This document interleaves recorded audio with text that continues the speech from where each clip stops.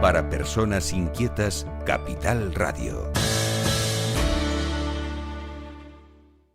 La mañana de la 10 con Tere Coello.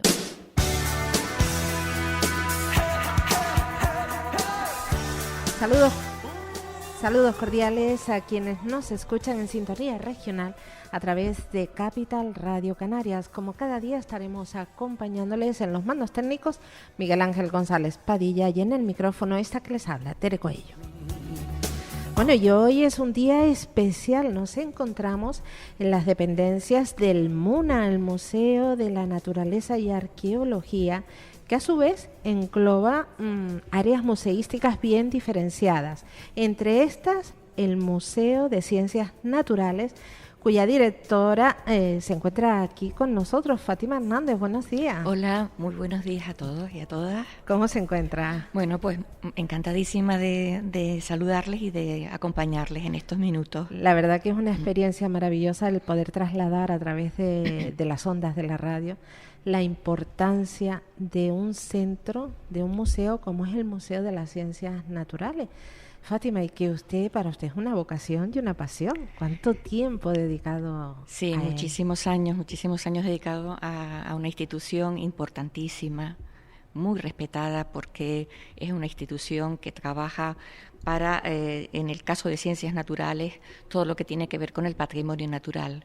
Nuestras funciones están, desglosadas en cuanto a conservación de colecciones, investigaciones de proyectos de investigación, importantísimos, si quiere usted después se los comento, y también la divulgación de ciencia, de conocimiento científico. Todo esto también muy relacionado con la educación, los proyectos de educación, no solamente por los escolares, los estudiantes que nos visitan, sino también porque nosotros desarrollamos unos talleres sobre temáticas que no se abordan por lo general en la enseñanza reglada. Eso es una cosa muy interesante también. Uh-huh. Fátima, ¿cuántos años dedicado a esto? Porque desde fuera uno puede decir, uy, un museo, toda una vida, ¿no?, dedicada ahí. Parece que es algo ajeno, algo sin vida, un reducto, y nada, para nada, ¿no? Es todo vida por completo. Sí, ¿no? Prácticamente mi vida laboral ha estado vinculada a esta institución, pues, más de 30 años, 37 años concretamente. Primero como conservadora, en el Departamento de Biología Marina, y bueno, desde hace 11 años como directora. Puedo decir que feliz directora porque me acompaña un equipo de gente fantástica, profesionales, conservadores y técnicos de distintas disciplinas del saber dentro de lo que es la biología y la geología, que bueno, estamos haciendo una labor, como le comentaba, interesante, sobre todo muy vinculada con la sociedad, ¿no? Porque nosotros, además de esta conservación de colecciones, las colecciones biológicas son importantísimas. Estuvieron muchos años, en épocas pasadas, un poco olvidadas, denostadas, almacenadas de una manera un poco caótica, pero digamos que a mitad del siglo XX se dan cuenta que son importantísimos, unos recursos valiosos para descifrar problemas que nos afectan: cambio climático, contaminación, pesticidas, también temas de patógenos, antiguas epidemias, futuras pandemias. Todo esto está vinculado a colecciones biológicas que nosotros custodiamos, gestionamos y sobre todo estudiamos. Está claro que nada de lo que acontece en el día a día, en un tiempo presente, surge al azar. Tiene esa conexión con el pasado. Ahora nos está hablando de esta mirada al pasado y cómo ahí pueden haber muchísimas respuestas a los problemas actuales. ¿Es valorado el trabajo del museo? Bueno, yo creo que los profesionales de museos no son muy conocidos en general. Ahora, en los últimos tiempos, un poco más, pero tampoco, digamos que su papel no está valorado lo suficiente. Nosotros desarrollamos, como les decía, una importantísima gestión de colecciones, que no es nada, pudiera parecer algo baladí, algo que no es cierto. Nosotros, la gestión de colecciones es importantísima, todo lo que son los protocolos de conservación, de custodia, de estudio, de préstamos, de donaciones. Esto lleva no solamente es una carga importantísima, una carga profesional.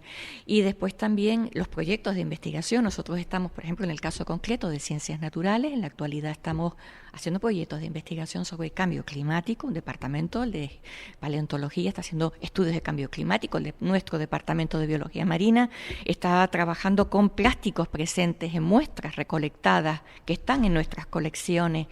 Los herbarios botánicos. Los herbarios botánicos son los grandes desconocidos dentro de las colecciones, que como le digo, nos están dando soluciones, respuestas a muchísimas cuestiones que preocupan y ocupan, y además que son muy visitados las colecciones. Nosotros tenemos una importantísima, digamos, un número importante de consultores de colecciones, no solamente investigadores, sino también gente vinculada a distintas instituciones para determinados proyectos, pues que nos visitan y que nos consultan nuestras colecciones.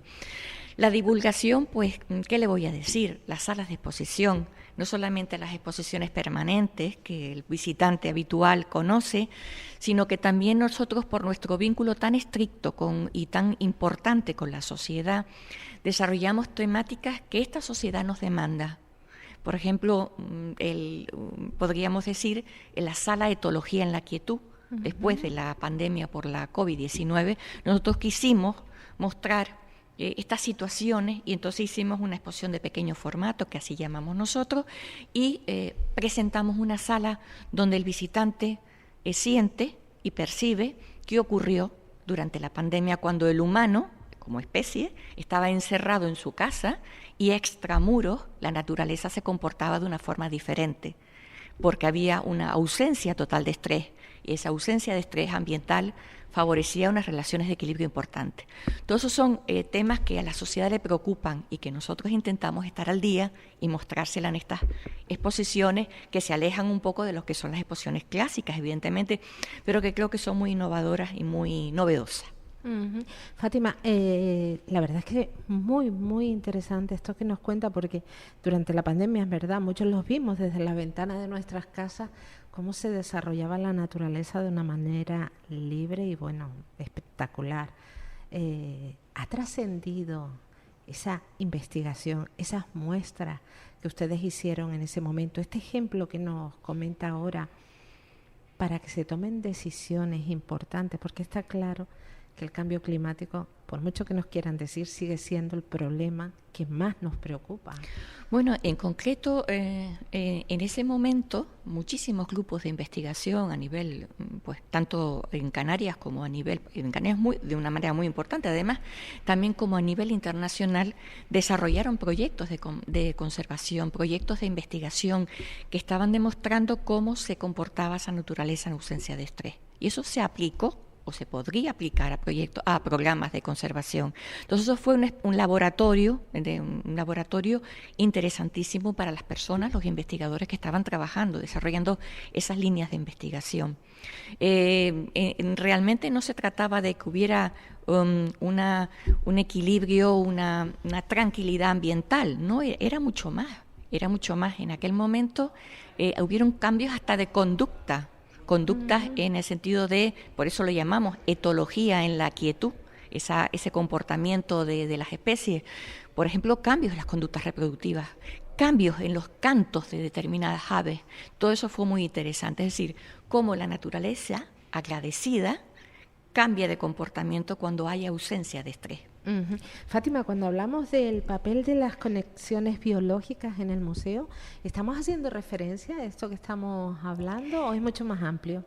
Bueno, realmente todo es muy amplio, porque en el caso concreto de las colecciones hoy en día se están usando para detectar, por ejemplo, en colecciones podría decirle, de pieles de determinados vertebrados, la presencia, material genético, que nos está hablando de epidemias de épocas pasadas, nos está dando incluso soluciones a problemas que se plantean sobre épocas en que aparecieron esas epidemias, determinadas enfermedades, pero también de cambio climático. Por ejemplo, plumajes de aves, de colecciones de aves, están dando señales de cómo podían haber cambios en la proporción de contaminantes en la atmósfera, o también en la porosidad de determinados elementos de moluscos, por ejemplo, de la especialidad de malacología, está demostrando cómo, por ejemplo, la temperatura anómala de los océanos, ese calentamiento, incide ahora en un cambio, por ejemplo, en la porosidad de determinadas conchas de moluscos. Entonces esto se hace como analizando ejemplares actuales pero contrastándolo con colecciones, por ejemplo, de hace 100 años o 150 años. Entonces, esa comparación, las colecciones esas históricas, que como le decía a usted al principio de mi intervención, pues durante muchísimos años fueron denostadas, olvidadas e ignoradas completamente, hoy resulta que son el elemento que nos está apoyando para ver nosotros de una forma fehaciente esos cambios que estamos diciendo. La verdad que me encanta escucharla. El tiempo es poquito y ya para... Lo sé. Es poquísimo. Estaría hablando, muchísimo tiempo, muchísimas horas y seguidas, porque es apasionante conocer el Museo de las Ciencias Naturales. Pero sí que no querría terminar esta intervención destacando el papel de esa asociación de amigos del Museo de la Naturaleza y Arqueología que tanto interactúa con el Museo de Ciencias Naturales. Sí, la Asociación de Amigos del Museo de la Naturaleza y Arqueología es una asociación que además tiene un número elevadísimo de socios. Invito además a que se hagan muchos más, porque es una manera de ocupar el tiempo que disfrute de nuestro tiempo, pues al fin de semana o las tardes o las mañanas, la gente que aquí pudiera hacerlo, para una serie de actividades que se desglosan, pues bien excursiones, bien ciclos de conferencias, talleres, presentaciones de libros y demás, por supuesto siempre de la mano de unos expertos, tanto del museo como de instituciones afines, que nos ayudan en desarrollar programas interesantísimos, ¿no? Y yo creo que la asociación es como, pues eso pues nos ayuda y complementa. Y también no me gustaría acabar esto, si usted me lo permite, claro, diciendo que nosotros, Museos de Tenerife, en este caso concreto, al amparo del Museo de Ciencias Naturales, publica una revista interesantísima, una revista de alta ciencia, donde publican importantes investigadores internacionales, que es la revista Vierea. Una revista que en formato papel pasó hace algunos años a online, por lo que todos sabemos, la importancia de la divulgación y también de la protección del medio ambiente. Invitamos a que la consulten Vierea,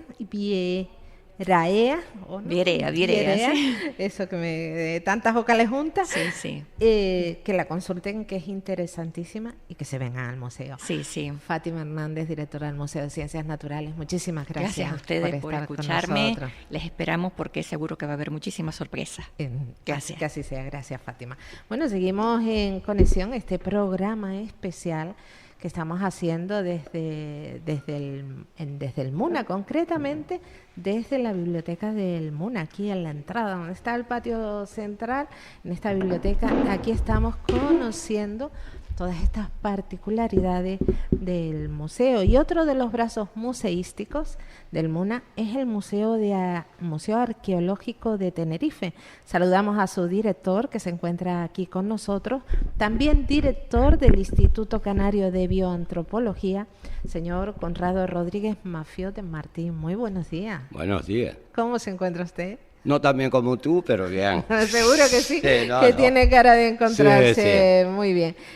Antes que nada, una curiosidad. Estaba preparando el programa bioantropológico. ¿Qué conexiones hay con la arqueología y qué diferencias la bioantropología con la arqueología? Bueno, así muy corto, ¿eh?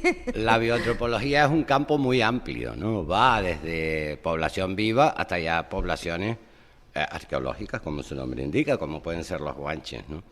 ¿De qué se ocupa la bioantropología? Pues está claro que por la magnitud de campo puede ser desde epidemiología, genética, estudio de restos humanos, por supuesto, esqueléticos o momificados. Tiene una rama paleontológica también que se llama paleoantropología. Y luego es en relación todo lo que tiene que ver con el estudio del hombre desde un punto de vista biológico, digámoslo así. Pues desde nutrición, dieta, patología, etcétera. Y la arqueología tiene una relación en el campo de la biología esquelética fundamental, porque es la disciplina que le va a proporcionar los restos para que los bioantropólogos los estudien. Conrado, el Instituto Canario de Bioantropología cumple en unos días 31 años. 31, sí. Sí. ¿Qué importancia le ha dado al Museo Arqueológico? Bueno, son instituciones, digamos, el museo funciona en muchas cosas en proyectos comunes y las relaciones, obviamente soy el director de los dos, entonces claro, tiene que no hablar me voy a bien. llevar mal conmigo mismo ni con la gente de ninguno de los dos centros, ¿no? Pero, ya digo, la bioantropología lo que le proporciona es la visión, digamos, desde un punto de vista físico al ser humano, al guanche. Pues se ocupa de estudiar desde cómo eran, obviamente, de sus relaciones genéticas con otras poblaciones y entre ellos mismos, porque esto era un mundo cerrado, era una isla donde era, estamos hablando de hace 500 años, claro, donde estuvo aislado del resto del mundo durante mucho tiempo y a pesar de eso esa población sobrevivió en el tiempo.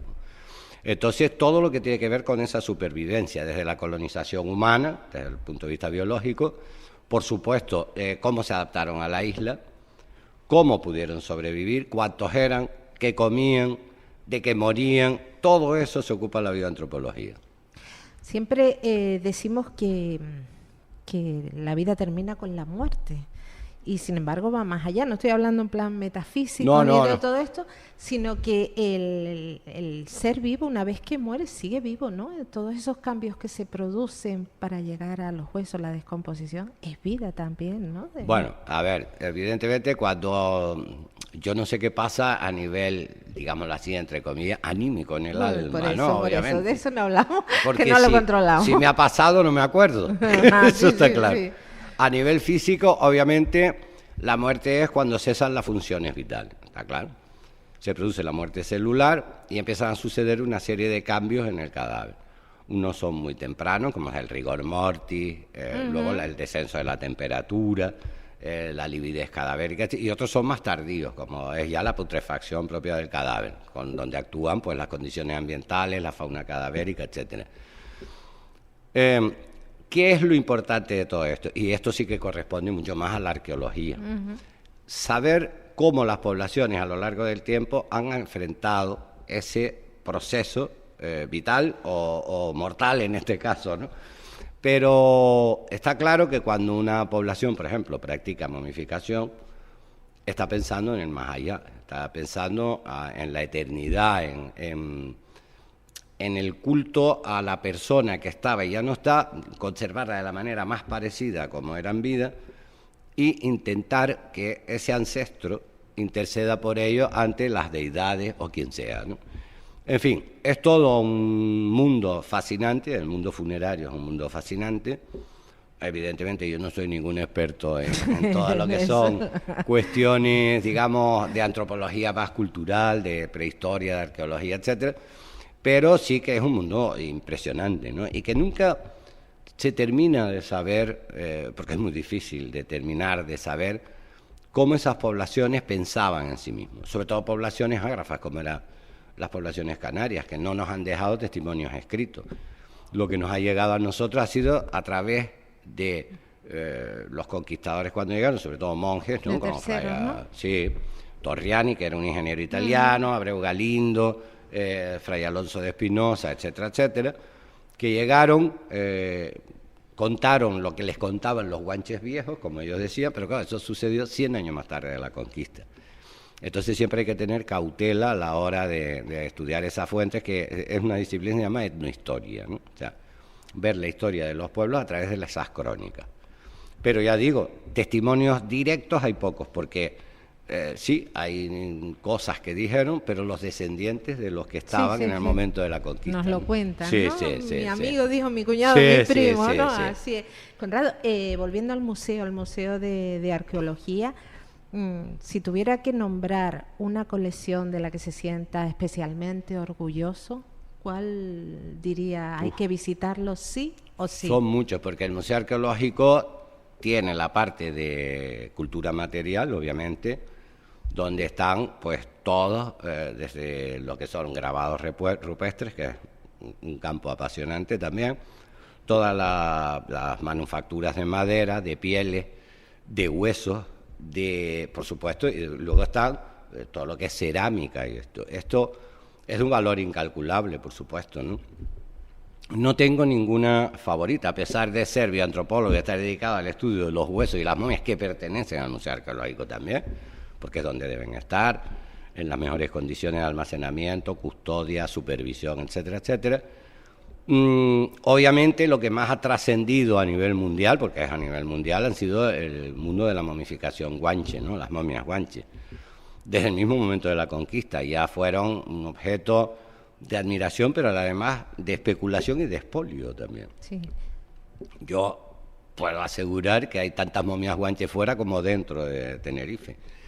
Y luego los restos humanos en sí dan una información que obviamente los elementos de la cultura material no te pueden dar, que es, pues ya te lo digo, desde la edad de fallecimiento del difunto, su estatura, su robustez, su adaptación al medio por medio de los marcadores ocupacionales y luego, por supuesto, su patología, qué tipo de actividades desarrollaban a lo largo del tiempo, etcétera, etcétera, etcétera. Y eso es un complemento perfecto para todo lo que es la cultura material, los ritos, etcétera, etcétera. ¿Cuál es su opinión, me la imagino, con respecto a esta problemática con las momias guanches que se encuentran en Madrid? ¿Hay que traerlas? ¿Hay que bueno, vamos a ver. Es una pregunta muy recurrente. Sí. Hombre, claro, mi opinión va a ser siempre que sí. Que las porque traigan. este es el medio de donde salieron, es su tierra, digámoslo así. Es complicado porque obviamente la momia que está en Madrid, ahora hay una, antes había más, pero ya están aquí. Las momias que están en la Universidad Complutense ahora mismo se encuentran en el Museo Arqueológico. Es una cuestión complicada porque si por nosotros dependiera ya estaría aquí. Lo que pasa es que hay una serie de pasos, obviamente, y a lo largo de la historia se han aducido numerosas razones para no traerla. Desde que esto no reunía las condiciones, en tiempos ya, en los años 70 del siglo pasado, hasta en las condiciones de transporte. Yo puedo decir que eso hoy es una estupidez, esos argumentos, porque aquí tenemos, es uno de los museos en el mundo que mejores condiciones tiene para albergar este tipo de restos. Y además específicamente diseñados para ello. O sea que el sitio es el ideal. Las condiciones de transporte hoy, con los medios que hay, a nivel de conservación, preservación, etcétera, etcétera, no hacen en absoluto peligroso un viaje para una momia. De hecho, siempre lo digo, nosotros hemos traído momias de Argentina, que es el mucho trayecto más bastante más trayecto, considerable, ¿no? Y tiene que pasar por Madrid, además. Hemos llevado momias a Granada, hemos traído momias de Madrid, a muy pocos kilómetros del Museo Arqueológico Nacional, de la Facultad de Medicina de la Universidad Complutense. Entonces esos argumentos, bueno, se pueden esgrimir, pero no son válidos. Realmente detrás de esto subyace una cosa, que el Museo Arqueológico Nacional es nacional y tiene restos arqueológicos de toda España. Puesto en ese sentido, hombre, uno puede entender que no quieran deshacerse de esos restos. Ahí está la Dama de Elche, etcétera, etcétera. Entonces, pero que no pongan argumentos que no son ciertos. Que digan, mira, no la queremos devolver porque no nos interesa, porque queremos tenerla aquí, porque representa a la cultura canaria, lo que quieran. Pero vayan con argumentos reales, no con argumentos que no nos tiren no nos tiren tierra a los ojos, como gofio, dicen. Gofio. Sí, no sí. nos tiren gofio en los Sí. ojos. Conrado, si miramos hacia atrás, cuando el Museo Arqueológico era municipal, aquello tan pequeño. Sí, el gabinete científico y después el museo municipal. ¿Cómo ha evolucionado? Ahora mismo lo acaba de decir, uno de los museos mejor preparados, ¿no? Bueno, vamos a ver. El gabinete científico se funda en 1877, creo que fue, por don Juan Betancur Alfonso, Miguel Mafiote, que es un antepasado mío, y tuvo la visión de conservar todo lo que era el patrimonio en aquellos momentos, que estaba a saber cómo, ¿no? Cuando el gabinete se extinguió, en 1902 pasaron esas colecciones al Museo Municipal, a una sección de arqueología del Museo Municipal. Y ahí pues se encontraban en unas condiciones como estarían en cualquier museo de todo el mundo. O sea, no había condiciones, no se crean que Claro. es mejor en Boston o en Nueva York o París que las que había aquí en ese momento. Una vez que el Cabildo decide a instancias del Ministerio a nivel de Madrid, ya eran los inspectores de excavaciones arqueológicas, etcétera, etcétera, hacer el Museo Arqueológico, ya a finales de la década de los 50 del año pasado, empiezan a estar mucho más contextualizados los restos, quizás las condiciones que tenía, porque estaban en las dependencias del Cabildo. No eran las más ideales, pero estaban en muchas mejores condiciones que las que estaban en el Museo Municipal. Y cuando este museo, el MUNA, antiguo MNH, ¿no? Museo de Naturaleza, nombre, hoy Museo de Naturaleza y Arqueología, que es el nombre que debe tener porque identifica la palabra arqueología, que antes pasaba desapercibida. Bien, y además es más fácil de pronunciar MUNA. Entonces, aquí sí que tiene todas las condiciones. Aquí tenemos una unidad de conservación que está en contacto pues desde la Fundación Getty, el Instituto de Restauración de Bienes Culturales en Madrid, etcétera, etcétera, y se diseñó un módulo específico para las momias, donde tiene todas las condiciones a nivel de temperatura, humedad, control de esas condiciones, control de parásitos y de actos vandálicos, que hace que hoy sea de los mejores museos en el mundo para esta clase de restos. A nivel de otras colecciones arqueológicas, junto con las de ciencias naturales, ya habló Fátima, obviamente los museos están sujetos a cambios a lo largo del tiempo. Evidentemente, claro, la tecnología hace su papel, pero lo importante son las colecciones. Un museo sin colecciones es absurdo. Entonces, si tú comparas lo que era un gabinete científico a lo que puede ser el MUNA hoy, pues no tienen absolutamente nada que ver, ¿no? Eso no quiere decir que aquellos gabinetes no tengan su intríngulis, su encanto, digámoslo así, ¿no? Y lo tienen en gran manera porque es una reseña a lo que hacían nuestros antepasados para conservar algo que hasta ese momento no se había conservado. La verdad que es un mérito. Pero bueno, una historia muy bonita. Ponerlo en valor. Pero bueno. Y ya para finalizar, porque el tiempo es poquito, es chiquitito, Conrado, los principales retos que tiene por delante, así no digo corto, son muchos, pero sí a medio o largo plazo. Bueno, a ver, evidentemente es necesario hacer una renovación más que de contenidos, de cómo se expresan esos contenidos en el museo. Eso no solo afecta al Museo Arqueológico, también al de Ciencias Naturales.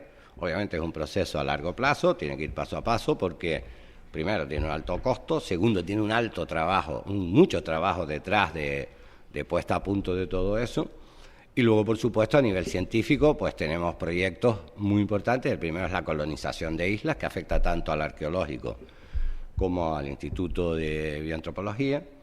Y luego, a nivel ya bioantropológico, pues tenemos una línea que se está abriendo ahora, que es la genética, y estamos en conexión pues con el ITER, con la División de Genómica del ITER, con la Universidad de La Laguna, con el Instituto Nacional de Toxicología, porque tiene muchos vertientes eso. Entonces, bueno, esos son los grandes retos, hay muchos más. Y lo que interesa ahora mismo es que eso vaya saliendo. Obviamente irá poco a poco, pero al final lo conseguiremos. Claro que sí, para atrás nunca. Conrado Rodríguez Mafiote, director del Instituto Canario de Bioantropología y director también del Museo Arqueológico de Tenerife. Muchísimas gracias. Gracias a ustedes por acordarse de nosotros. Claro que sí, hay que hablar mucho de los museos. Gracias, Conrado. La mañana de la 10 con Tere Coello.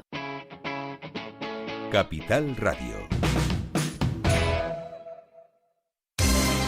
Porque somos corredores de seguros, creemos firmemente que es mejor cuando va acompañado de nuestros servicios. Segurosa cuenta con profesionales que aportan transparencia y profesionalidad.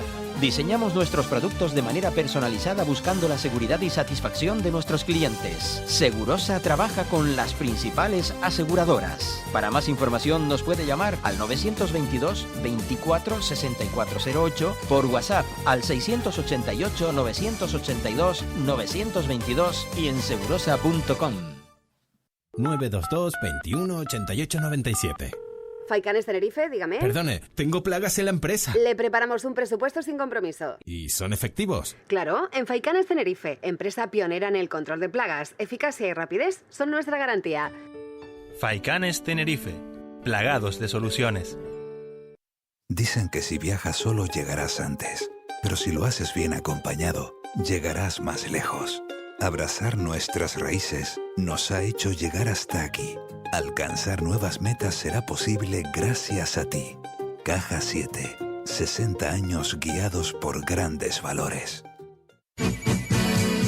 Viaje con nosotros si quiere gozar Viaje con nosotros a mi lugar. Turiscom, la revista de viajes en la red, con análisis, entrevistas y reportajes. Turiscom.org te trae puntualmente las noticias del sector.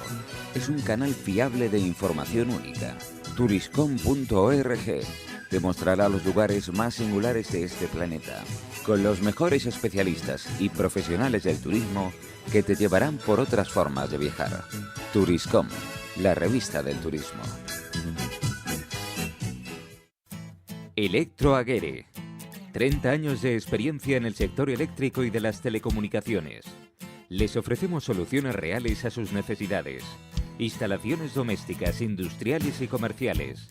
Le asesoramos en ahorro energético. Nuestro correo electrónico es electroaguere@hotmail.com. No dude en pedirnos presupuesto sin compromiso. Llámenos al 922-263-703. Electroaguere, en toda Canarias. Para personas inquietas, Capital Radio. La mañana de la 10 con Tere Coello. Continuamos en directo en este programa especial en el que queremos acercarle esas particularidades y peculiaridades de los museos, principalmente del MUNA, el Museo de la Naturaleza y la Arqueología de Santa Cruz de Tenerife. Y en este punto no vamos a hablar de un área museística en sí, sino de un centro de documentación, que es importante que lo aclaremos, pero mejor nos lo va a explicar nuestra invitada. Ella es técnica del área del Centro de Documentación de Canarias y América, del CEDOCAN. Saludamos a Carolina de Jesús Contreras. Buenos días. Buenos días. ¿Qué tal? Encantada de estar con ustedes. Y nosotros encantadísimos de poder contar con usted para transmitir esta información. Carolina, para empezar, ¿qué es el CEDOCAN? Bueno, el CEDOCAN, aunque su nombre es Centro de Documentación de Canarias y América, somos una biblioteca especializada. O sea, damos un servicio de documentación y cumplimos las funciones de lo que es una biblioteca. Cualquiera de las bibliotecas que puedan ustedes conocer, las bibliotecas municipales, pues nosotros lo que tenemos es diversa tipología de documentación, como pueden ser no solamente libros, discos, vinilos, de todo tipo de documentos, cartas, mapas, etcétera. Esa conexión con sí. Con el pasado. Carolina, es importante hacer esta especificación que hace porque cuando uno habla del CEDOCAN da la sensación que es algo muy técnico, muy escrupuloso, muy dirigido a un público especial. Nos quedamos fuera, pero no es así, ¿no? No, para nada. E incluso nuestra misión es difundir todos los fondos que tenemos, que son bastante importantes. De hecho, pensamos que este centro es puntero aquí, por así decir, en Canarias, porque trabajamos con fondos bibliográficos, fondos documentales, tenemos colecciones digitales y bueno, estamos dentro de la red de bibliotecas de Canarias, Red Bica, y pueden consultar nuestro catálogo bibliográfico a través de la red, como cualquier biblioteca municipal. Formamos parte, o sea, somos biblioteca, pero formamos parte de esta gran familia de museos y pueden venir al centro, pues igual que se acercan a los museos. Yo estuve cuando estaba preparando el programa, me metí en su página, en la página web, y la verdad que me quedé enamorada del contenido que ofrecen, con el que uno puede interactuar. La pregunta es tan visitado, tan recurrido como se debería el CEDOCAN? Bueno, pues no, lo que ya nos gustaría más, porque bueno, nuestro perfil es de investigador, pero cualquier ciudadano o ciudadana se puede acercar al CEDOCAN e incluso tenemos un fondo antiguo, que aunque es de uso restringido, pero también cualquier persona puede venir y puede hacer una consulta del fondo o cualquier persona que tenga interés. Tenemos pues, desde colecciones de folletos, de programas de fiestas, programas de mano, cancioneros de carnaval y todos esos fondos lo que procuramos es mostrarlos. Entonces los hacemos a través de esos contenidos que aparecen en web, que yo les invito a que entren y lo vean en la página de Museos de Tenerife. Y ahora mismo, o sea, en este momento tenemos una que se inaugura hoy, es una muestra documental hasta el 10 de enero, que es de una colección de fotografías de un particular de bodas. Entonces se titula Si quiero. Ajá, sí, y es muy bonito, son fotografías de Japón, de Francia, de Inglaterra. Entonces la misión nuestra siempre es el recabar todas esas colecciones, que a veces llegan de manera institucional o con particulares, y ponerlas al servicio local. Y bueno, estamos en la calle Ancheta, no sé si... ¿En la Laguna? En la Laguna, en el número 9, que es la paralela a San Agustín, digo por si la conocen.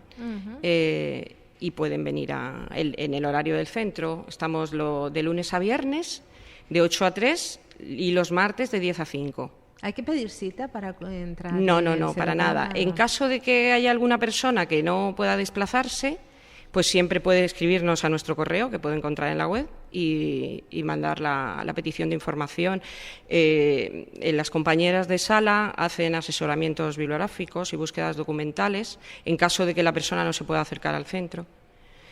Estamos un poco fomentando que la colección digital, porque bueno, también tenemos un servicio de digitalización con una compañera, y entonces o sea, la idea es pues que la gente se anime a la donación, que siempre es una manera de no perder el documento y puede dejárnoslo para que luego pueda servir para el resto de para que llegue a todos, para que llegue a todos, pueda divulgar más. Sí. Carolina, ¿qué papel juega, si es que juega un papel, el voluntariado en el CEDOCAN? Bueno, el CEDOCAN no tiene voluntariado. Lo que sí tenemos, o sea, es el equipo de trabajo del CEDOCAN, que es muy voluntario, y entonces siempre procuramos estar ahí, o sea, en caso de y por supuesto intentar dar toda la difusión posible, o sea, atender el equipo, pues eso, lo que buscamos es que nuestro trabajo, todo el trabajo de catalogación, de digitalización, trasciende. ¿Y sí. qué papel juega también la interactividad y sobre todo la tecnología? ¿Podría existir el CEDOCAN tal como se le concibe sin la tecnología? Pues no, yo creo que no, que además al ser una biblioteca tan especializada, sí es verdad que tenemos que contar con los equipos adecuados de lo que es el... Pero eso facilita también la divulgación. Facilita, ¿no? Claro, facilita. Pero aún así, o sea, los recursos, aunque no existan recursos, siempre hay manera de que eso se solvente con otra... Pues eso, Nos vamos adaptando, ¿no? Adaptando, sí, nosotros a través de las muestras y de los contenidos, yo creo que también hemos llegado a mucho ciudadanía, tanto de aquí de Canarias como de nacional y extranjero. Entonces, pues bueno, pues como ofrecemos también el préstamo interbibliotecario, siempre lo que queremos es que los fondos que tenemos salgan a la luz. ¿Y el principal reto que tienen por delante ahora mismo, no digo a corto, pero sí a lo mejor a medio y largo plazo, así para finalizar ya? Pues el reto sigue, es repetirme, pero es que hemos ido, o sea, el CEDOCAN se inauguró en el 2007 y ha ido de no ser tan conocido a crecer, y sobre todo en colaboraciones con otras instituciones, ¿no? Puede ser la UNED, y bueno, pues el reto siempre es el usuaria de la biblioteca. ¿Y la divulgación está? Y la divulgación, sí. Y de hecho, o sea, lo vemos pues porque por el boca a boca, ¿no? Que es lo que ha funcionado muy bien, pues saber que nosotros lo que contiene el CEDOCAN, el fondo antiguo del CEDOCAN, todo lo que realizamos permite que haya gente que diga, uy, tengo este fondo en mi casa, a ver dónde puedo, porque claro, ahora ya la biblioteca está un poquito saturada para recoger todo, pero sí es la manera de, sobre todo con un fondo antiguo, ¿no? Con documentación, el poder ofrecer. ¿Les ha pasado alguna vez, y ya con esto sí que terminamos, Carolina, que les hayan llegado al CEDOCAN fondos de algún domicilio particular, de esto que la casa se va, las personas de la casa ya no están, y cuando abren esas cajas decir, pero Dios mío, ¿cómo podían tener esto? Sí, tenemos un fondo reciente, no puedo ahora mismo lo entendemos. Pero sí nos llega, o sea, nos llegan, vamos y decimos, qué tesoro, de valor, ¿no? Pero vamos, siempre la intención es que luego ese fondo se va a inventariar, se va a catalogar, se va a digitalizar y se va a poner de cara se va a dar a conocer la colección. Sí, pueden entrar en Vica, como les dije antes, está el catálogo bibliográfico, pero también pueden entrar en la página y si no, ponerse en contacto con nosotros si quieren algún tipo de documento que quieran saber. Pues ustedes allí tienen los folletos de La Laguna. Ahora recientemente hemos tenido una colección de un señor que pertenecía a la romería de allí de La Laguna y sus herederos nos han donado los folletos y entonces estamos en ese trabajo. Eso es por ponerlo en ejemplo para que vean que lo tienen. Pero vamos, que vengan y que pueden venir sin miedo, pueden venir a estar en la sala y consultar sin ningún... Nada, pues hacemos esa invitación. Carolina de Jesús Contreras, técnico del Centro de Documentación de Canarias y Américas, CEDOCAN. Mil gracias por estar con nosotros. Encantada. Seguimos, qué interesante escuchar todo esto del CEDOCAN. Hagan uso de este recurso que es nuestro y que nos abre tantas puertas y despeja tantas dudas tan importantes. Pues seguimos conociendo esta red de museos que pertenece al organismo autónomo de museos de Tenerife. Y ahora ponemos la atención en La Laguna, en uno de los museos quizás, no sé si más conocidos, no sé si más visitados, pero sí de los que más ha hablado, y ya su directora, ¿verdad? No le quitamos el puesto a nadie. Exactamente. Carmen Dolores Chinea nos comentará, su directora del Museo de Historia y Antropología de Tenerife, más conocido como Casa Lercaro. Muy buenos días. Buenos días. ¿Cómo se encuentra usted? Bien. Con la curiosidad, quiero preguntarte yo, que tú eres la que hace las preguntas, pero quiero preguntarte yo. Respondo.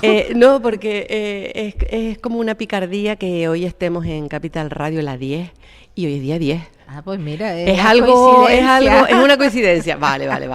Porque como tantos simbolismos tiene la vida, digo, esto es como una señal. Pues a saber. Hay quien dice que las cosas no ocurren porque sino tienen su significado. Bueno, pues en la 10, el día 10 del mes 10, estamos aquí en el Museo de Tenerife. Carmen Dolores, ¿qué ofrece esta sede del Museo de Historia y Antropología, la Casa Lercaro, a la isla? Pues mira, ofrece patrimonio, porque yo diría que estamos elevados al cubo. Por lo siguiente, la Casa Lercaro tiene ya en sí el propio inmueble un valor intrínseco, fue construido en 1593. Luego la casa sufre ampliaciones y modificaciones, pero es original de 1593, está declarada BIC con la categoría de monumento y bueno, resulta que con el andar del tiempo se construyó como vivienda familiar, pero hoy es la casa de todos porque es el Museo de Historia y Antropología, una de las sedes. Después contaré también la singularidad que tenemos de este museo con 2 sedes. La casa se vacía de gente y se llena de objetos del pasado.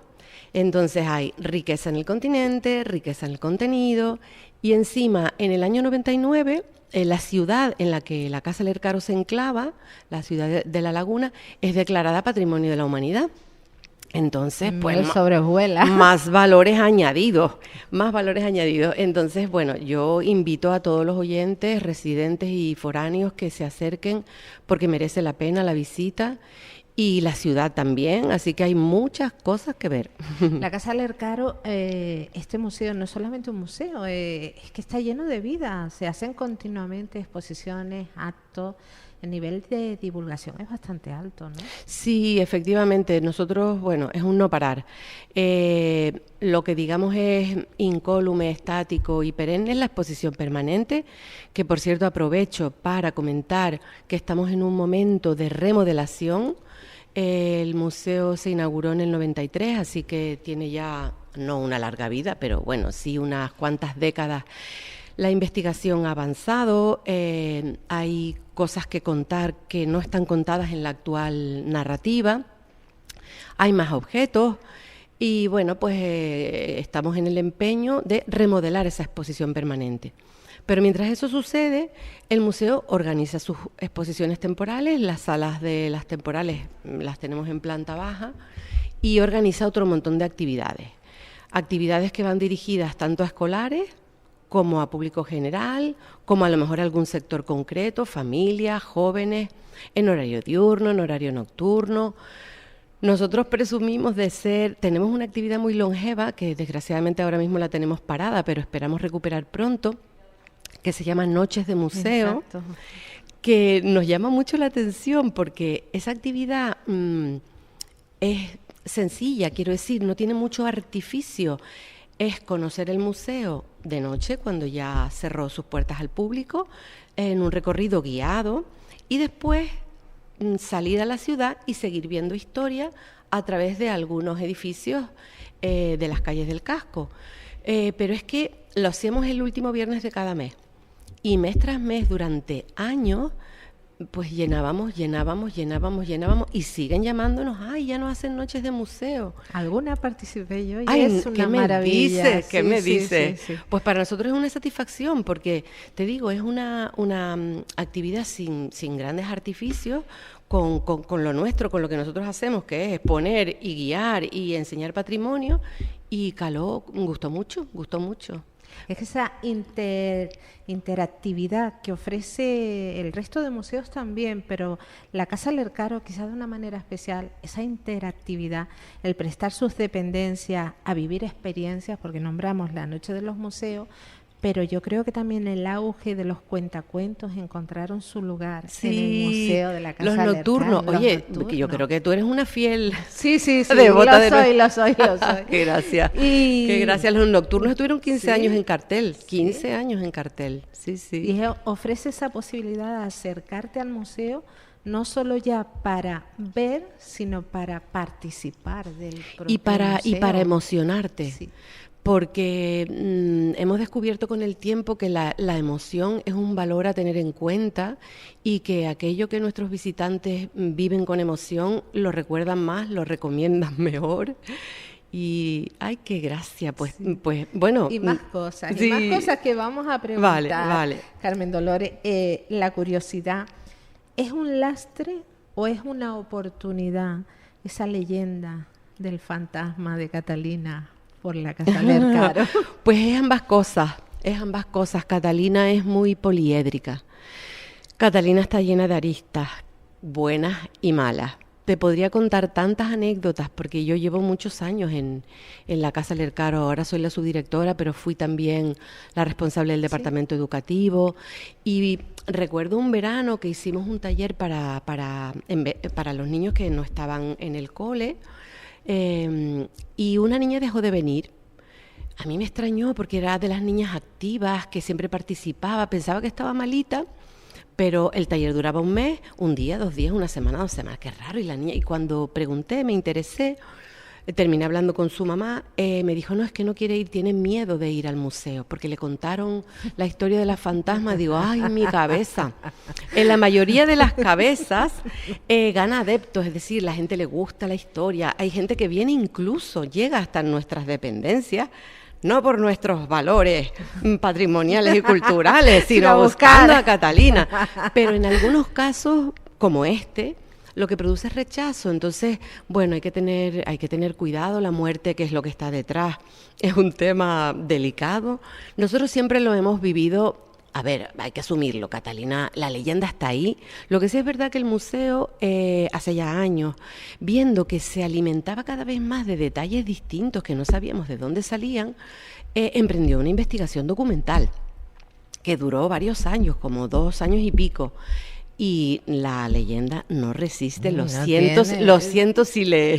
Por eso era el lastre, ¿no? Porque... Sí, la leyenda no resiste la crítica documental, pero es que no podemos ir contra ella. La experiencia ha demostrado que, bueno, que Catalina se murió físicamente, pero sigue viva en la el mente, sentir ¿no? popular, en las memorias colectivas, sí. Y te digo, vienen a veces a por ella. Bueno. Así que bueno, está ahí. Bueno, que de paso vean toda Sí. la joya que Efectivamente, tiene Bueno, hay una novela de un escritor, también abogado, también es más cosas, Mariano Gambín, Ajá, lo conozco. que tiene una trilogía. Bueno, ha seguido escribiendo libros, pero su trilogía Iradei, el tercer libro fue La casa Lercaro. Y me acuerdo que bromeamos con eso porque yo dije, bueno, ya hasta protagonista de una novela. O sea, ya esto es una cosa bárbara. Desde luego, siguiendo con el valor real de este museo de Tenerife, antes mencionaba esa conexión con otros museos. Yo pregunto, ¿con la Casa de Carta? Sí, sí. A ver, es una conexión maravillosa. Hace ya años un consejero apostó por la unión, como son disciplinas afines, historia y antropología, apostó por la unión de las dos sedes en un solo museo. Eso fue en el año 2009, si no recuerdo mal, bajo la dirección de Fernando Esteves, un profesor de antropología de la universidad.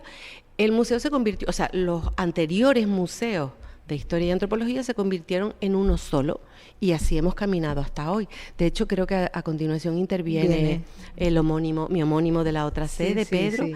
Entonces, este mundo de los museos de Tenerife es curioso. Hoy estamos en el MUNA, ¿no? Emitiendo en directo. El MUNA es un solo edificio que alberga 2 museos, Arqueología y Ciencias Naturales. Nosotros somos 2 edificios, pero un solo museo. Entonces, bueno, la casuística es variada, pero somos todos los que trabajamos en museos de Tenerife, gente entregada, gente activa. Y nada, la Casa de Cartas es otra sede del Museo de Historia y Antropología de Tenerife. Pues ahora hablaremos de la Casa de Cartas, pero sí hay que invitar a quienes nos supuesto, escuchan a visitar el supuesto. Museo de Historia y Antropología en la Casa del Lercaro en La Laguna. Muchas gracias. Carmen Dolores, muchísimas gracias por estar con nosotros. A ustedes. Bueno, pues Buen maravilloso. día. Buen día, Carmen. Maravilloso escuchar a Carmen, la Casa Lercaro de La Laguna. Recuerden, se encuentra ahí en el centro del patrimonio histórico de la ciudad de Los Adelantados. Un museo que cuenta con importantes colecciones. Bueno, ya escuchábamos a la subdirectora, ese mobiliario que se recoge con la carta, ese desarrollo.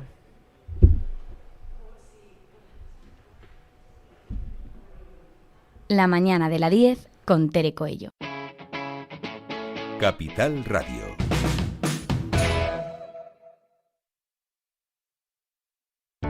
Para personas inquietas, Capital Radio.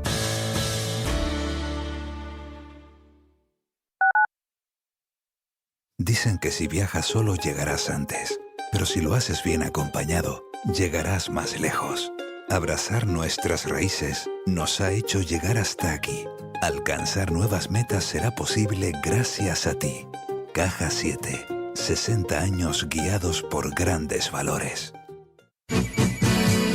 Viaje con nosotros si quiere gozar.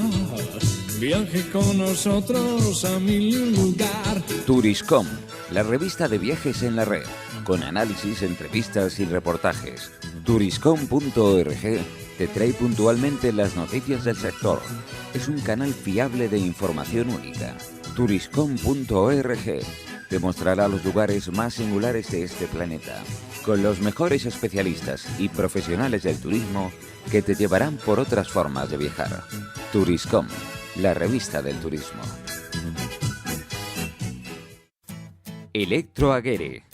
30 años de experiencia en el sector eléctrico y de las telecomunicaciones.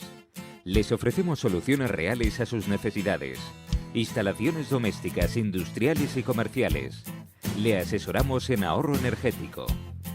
Nuestro correo electrónico es electroaguirre@hotmail.com. No dude en pedirnos presupuesto sin compromiso. Llámenos al 922-263-703. Electroaguirre, en toda Canarias. En tu comunidad de vecinos, la gestión administrativa y los servicios de mantenimiento necesitan estar en manos de profesionales colegiados. En Asesoría y Gestión AG damos servicio de administración de fincas, laboral, contable y fiscal. Nuestros clientes y 20 años de experiencia nos avalan. Consulta las bonificaciones durante los primeros meses. Llámanos al 922 32 60 21 o visítanos en www.asesoriagestionag.com. El turismo ya es uno de los sectores económicos más potentes del planeta. Estudiar la carrera de turismo es garantía de éxito. Y para ello, elige uno de los mejores centros internacionales, pioneros y decanos en la formación turística. Te recomendamos la Escuela Universitaria de Turismo de Santa Cruz de Tenerife, EUTUR. Esta es la carrera del futuro. Matricúlate ya para el próximo curso. Escuela Universitaria de Turismo de Santa Cruz de Tenerife, eutur.es. Para personas inquietas, Capital Radio.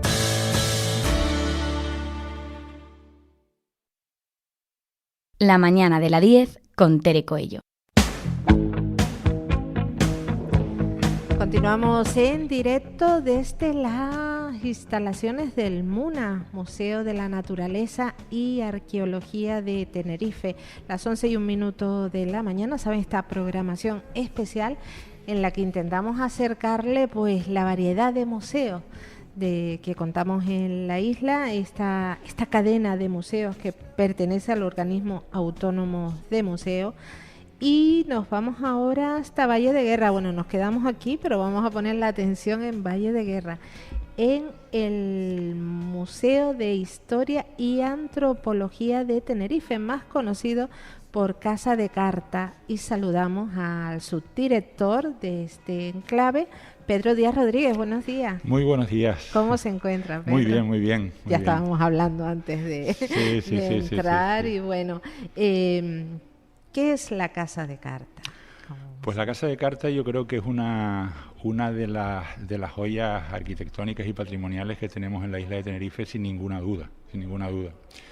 Es una casa que fue declarada en su día bien de interés cultural con el mayor grado de protección, en la categoría de monumento, y que data desde, bueno, sus primeros propietarios fue la familia de la Guerra, que le dio nombre al Valle de Guerra, y a principios del siglo XVIII, en 1726, la compró el capitán Matías Rodríguez Carta. Y luego pues pasó por numerosos moradores y propietarios, y en 1976 la compró el Cabildo de Tenerife y se abrió como museo en 1987. ¿Y qué valor tiene para considerarla como museo? Pues como museo tiene el edificio, que el edificio en sí cuenta con una serie de elementos arquitectónicos característicos de la arquitectura tradicional de la isla. Y además, en la parcela, que son en torno a unos 13.000 metros, pues también presentamos al público una zona de jardines que se ha ido configurando al estilo de los jardines tradicionales de las islas, y una muestra de aquellos cultivos que han representado o que han sido muy relevantes en la historia económica de las islas, como pueden ser el algodón, la caña de azúcar, la cochinilla, e incluso cultivos actuales como los plátanos, los cultivos de exportación. El papel de los monocultivos en las islas es indudable a lo largo de toda la historia, ¿no? Y también tenemos una muestra de de una gran muestra de variedades de los cultivos de la viña, ¿no? Que ahora el vino que tenemos en la isla, que hay unas producciones de vino fantásticas, ¿no? Pues ahí nosotros tenemos una muestra para que el público pueda ver cómo se cuida la viña, cómo se conduce, y además tenemos también en los exteriores una sala dedicada a nuestro, digamos, alimento por excelencia, el gofio. El gofio. Donde mostramos todos los utensilios que se han utilizado y que se utilizan, hasta los molinos actuales. Hay un molino que funciona, donde hacemos talleres para los escolares de elaboración de gofio. Y luego en el interior de la casa estamos en un proyecto desde que tuvimos que cerrar por la pandemia, aprovechamos para hacer una serie de modificaciones y hemos iniciado un proyecto de remodelación que hemos denominado Hilos de Memoria. Qué interesante.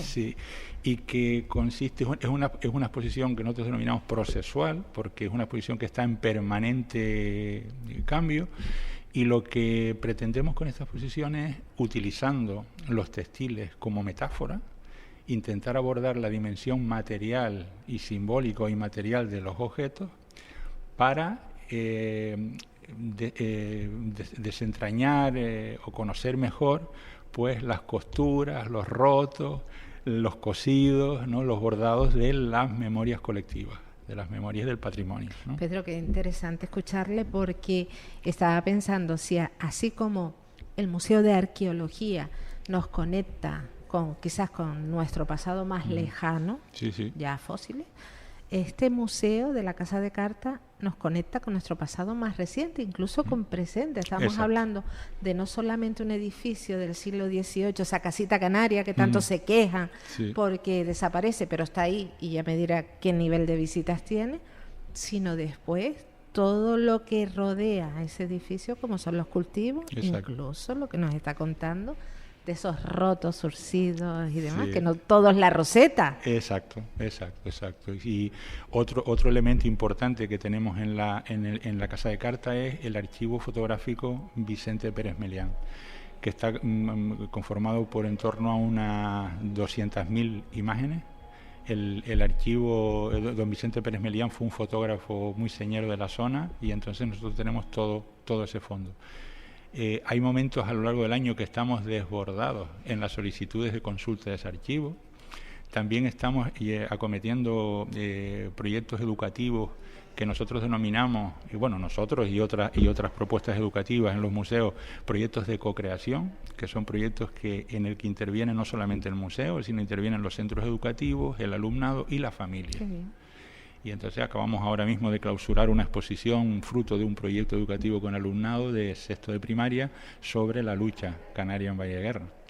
Y tuvimos el año pasado a principios de año, otra sobre las pandorgas que hizo el instituto. Y claro, el hacer esos tejidos, nunca mejor dicho, con la metáfora textil, entre la comunidad, pues eso crea unos vínculos y unas relaciones, ¿no?, muy importantes para nosotros, ¿no? Sobre eso le quería preguntar la importancia de la interactividad con la comunidad, porque de todo lo que nos ha hablado, esos cultivos, ese cuidado, esa protección, ese seguir, será indispensable, digo yo, el voluntariado. El voluntariado tenemos... O tampoco mucho. No, sí, sobre todo tenemos unos magníficos personal que cuida de todo esto, que desde aquí, Sergio se llama, le mando un saludo porque la verdad que es un crack en ese sentido, ¿no? Y con personal propio, eso lo hacemos con personal propio. Luego sí hay con personal externo, pero que son empresas de garantía social, que sí hacemos contratos para el mantenimiento más específico de los jardines, pero los cultivos es con personal propio, ¿no?, en esto, ¿no? Y desarrollamos actividades con la comunidad, no solamente de visitas, sino de talleres. Incluso acabamos de terminar un ciclo y vamos a iniciar otro de proyección de documentales sobre la historia de Valle de Guerra, que ha elaborado la propia comunidad, sobre la historia de la educación, la historia de los caminos, la historia del comercio, una cosa preciosa elaborada por los vecinos. Entonces el museo, ahí, a nosotros ese tipo de trabajos nos parecen maravillosos, porque un poco eso es lo que hablaba al principio, de esa dimensión procesual de la exposición, ¿no? Y para nosotros ese tipo de actividades son importantes. Participamos también en otras actividades que hay en la comunidad, en Valle de Guerra, pero desde hace muchísimos años.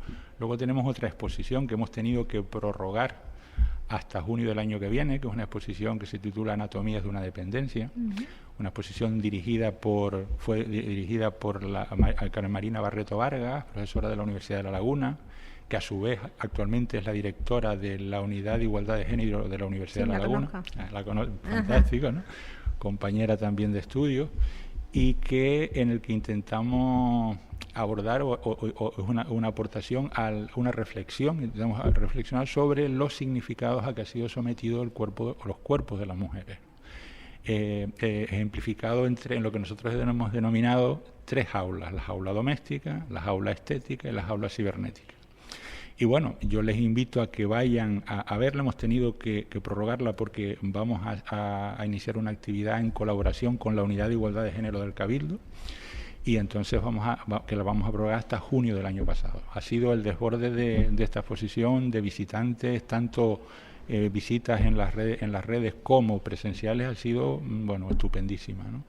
Y de aquí también quiero hacerlo públicamente, mi reconocimiento y enhorabuena a Marina, porque ha sido un trabajo, vamos, maravilloso. Pero qué interesante conectar la Casa de Carta, este museo tan específico, con una temática tan importante como es este, ¿no? Lo titulaban Anatomía de una dependencia, ¿no? Esos 3 cuerpos, interesantísimo. Pedro, visitas. Perfil de las principales visitas, porque al principio hablábamos de esos cultivos. Yo creo que yo pregunto a un par de adolescentes qué es la cochinilla y me puede decir cualquier cosa menos lo que es. Supongo que es un centro de divulgación y de aprender todo esto. Sí, efectivamente. Pues el perfil de los visitantes están desde personas de mayores, sin ir más lejos, el sábado pasado tuvimos la visita de casi 350 personas de mayores del municipio del Sausal. Desde aquí les mando un saludo porque fue una maravilla de organización. Hasta jóvenes con estos proyectos de cocreación, ¿no? Que luego a su vez en estos proyectos educativos de cocreación ha posibilitado que luego estos jóvenes traigan a su familia al museo. Claro. Y luego personal turistas. También es una fuente, un hilo de visitantes importante. ¿Cuál es la población que menos nos visita? La población intermedia. Los que pasamos de todo. Exactamente. Pero claro, cuidado, que esto tampoco es una cosa específica de nuestro museo. Es en general. Es en general. Los escolares que vienen, digamos, cautivos por el sistema educativo, y luego pues la población mayor que también viene un poco en los viajes organizados, y luego está el turismo. Si supiera esta población intermedia que en este museo de la Casa de Carta no solamente es ver, sino también sentir, emocionarse, conectar con ese pasado más reciente, irían más.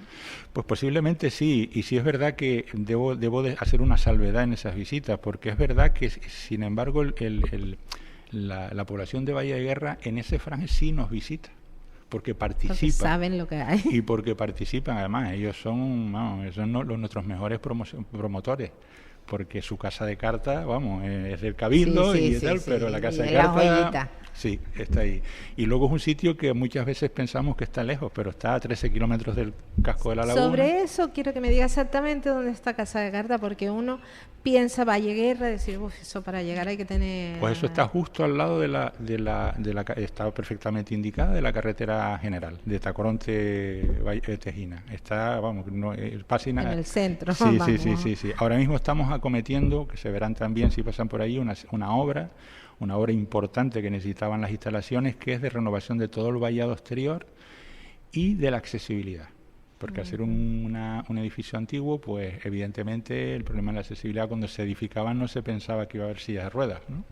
Por ejemplo. Entonces estamos haciendo una obra, yo creo que importante, que la necesitaba, ¿no? Y vamos a estar con esos inconvenientes de la obra pues hasta principios de año más o menos, ¿no? Bien. Pedro, para finalizar ya, aparte de trabajar la accesibilidad, que a la Casa de Carta pueda llegar todo el mundo, independientemente de sus condiciones, ¿qué otros retos afronta a medio y largo plazo? Pues los retos es la renovación de nuestras exposiciones, que ir poniendo no solamente ir renovando los contenidos y nuestras memorias colectivas. Estamos ahora trabajando en un ámbito para mostrar al público las memorias sonoras, que estamos dominados por la imagen, estamos dominados por esto que los antropólogos denominamos el ocularcentrismo, que es que la imagen lo domina todo. Sin embargo, cuando a los sonidos nos referimos, pues resulta que descubrimos un mundo impresionante. La pregunta que hicimos, estos son los resultados de un proyecto que hicimos el año pasado, que le hacíamos a la gente, es ¿a qué suena tu pueblo? Y entonces vamos a mostrar sobre el paisaje sonoro de esto. Y continuar también con los proyectos de co-creación con los centros educativos. Perfecto. Seguiremos la pista de todo esto. Muchísimas Pedro Díaz Rodríguez, subdirector del Museo de Historia y Antropología de Tenerife, Casa de Carta, en Valle Guerra. Muchísimas gracias por estar con nosotros. Gracias a ustedes por darnos esta oportunidad de contar lo que hacemos. Y más veces hay que repetirlo. Gracias, Pedro. Bueno, continuamos con nuestra siguiente invitada. Si hablamos de este pasado más reciente, casi presente, ¿a quién no le emociona ver esas casitas canarias? Pues cuánto más estar ahí visitándola, impregnarse de todos esos cultivos, de todo lo que era y debería seguir siendo. Pues ahora miramos, yo no sé si al cielo, al entorno, al futuro, al presente, que estás aquí más que nunca. Vamos a hablar del Museo de la Ciencia y el Cosmos y saludamos a su directora que se encuentra aquí con nosotros, Antonia María Varela, más conocida como Toñi Varela. Muy buenos días. Muy buenos días. ¿Qué tal? ¿Cómo se encuentra? Muy bien. Muy contenta de estar aquí. Radiante. Sí, radiante. Siempre que sé hablar del museo, hablar de astronomía, de ciencia, sí que es verdad que me ilusiona, ¿no? Directora del Museo de las Ciencias y el Cosmos. Nada menos y nada más. Y encima mujer, Toñi. Muy bien. ¿Qué ha significado ser la directora de un museo como este? Pues para mí es realmente un gran orgullo. Es un cargo que asumo con muchísima humildad y mucha responsabilidad sobre todo, ¿no? Tenemos una herencia de 30 años, se inauguró ya en el año 93, con una fuerte connotación astronómica porque emerge de un proyecto que nace en el Instituto de Astrofísica de Canarias, en colaboración con el Cabildo de Tenerife, que deciden que es necesario que nuestra isla, nuestra comunidad, cuente con un centro donde poder comunicar, divulgar, enseñar la ciencia en general y en particular los misterios del universo.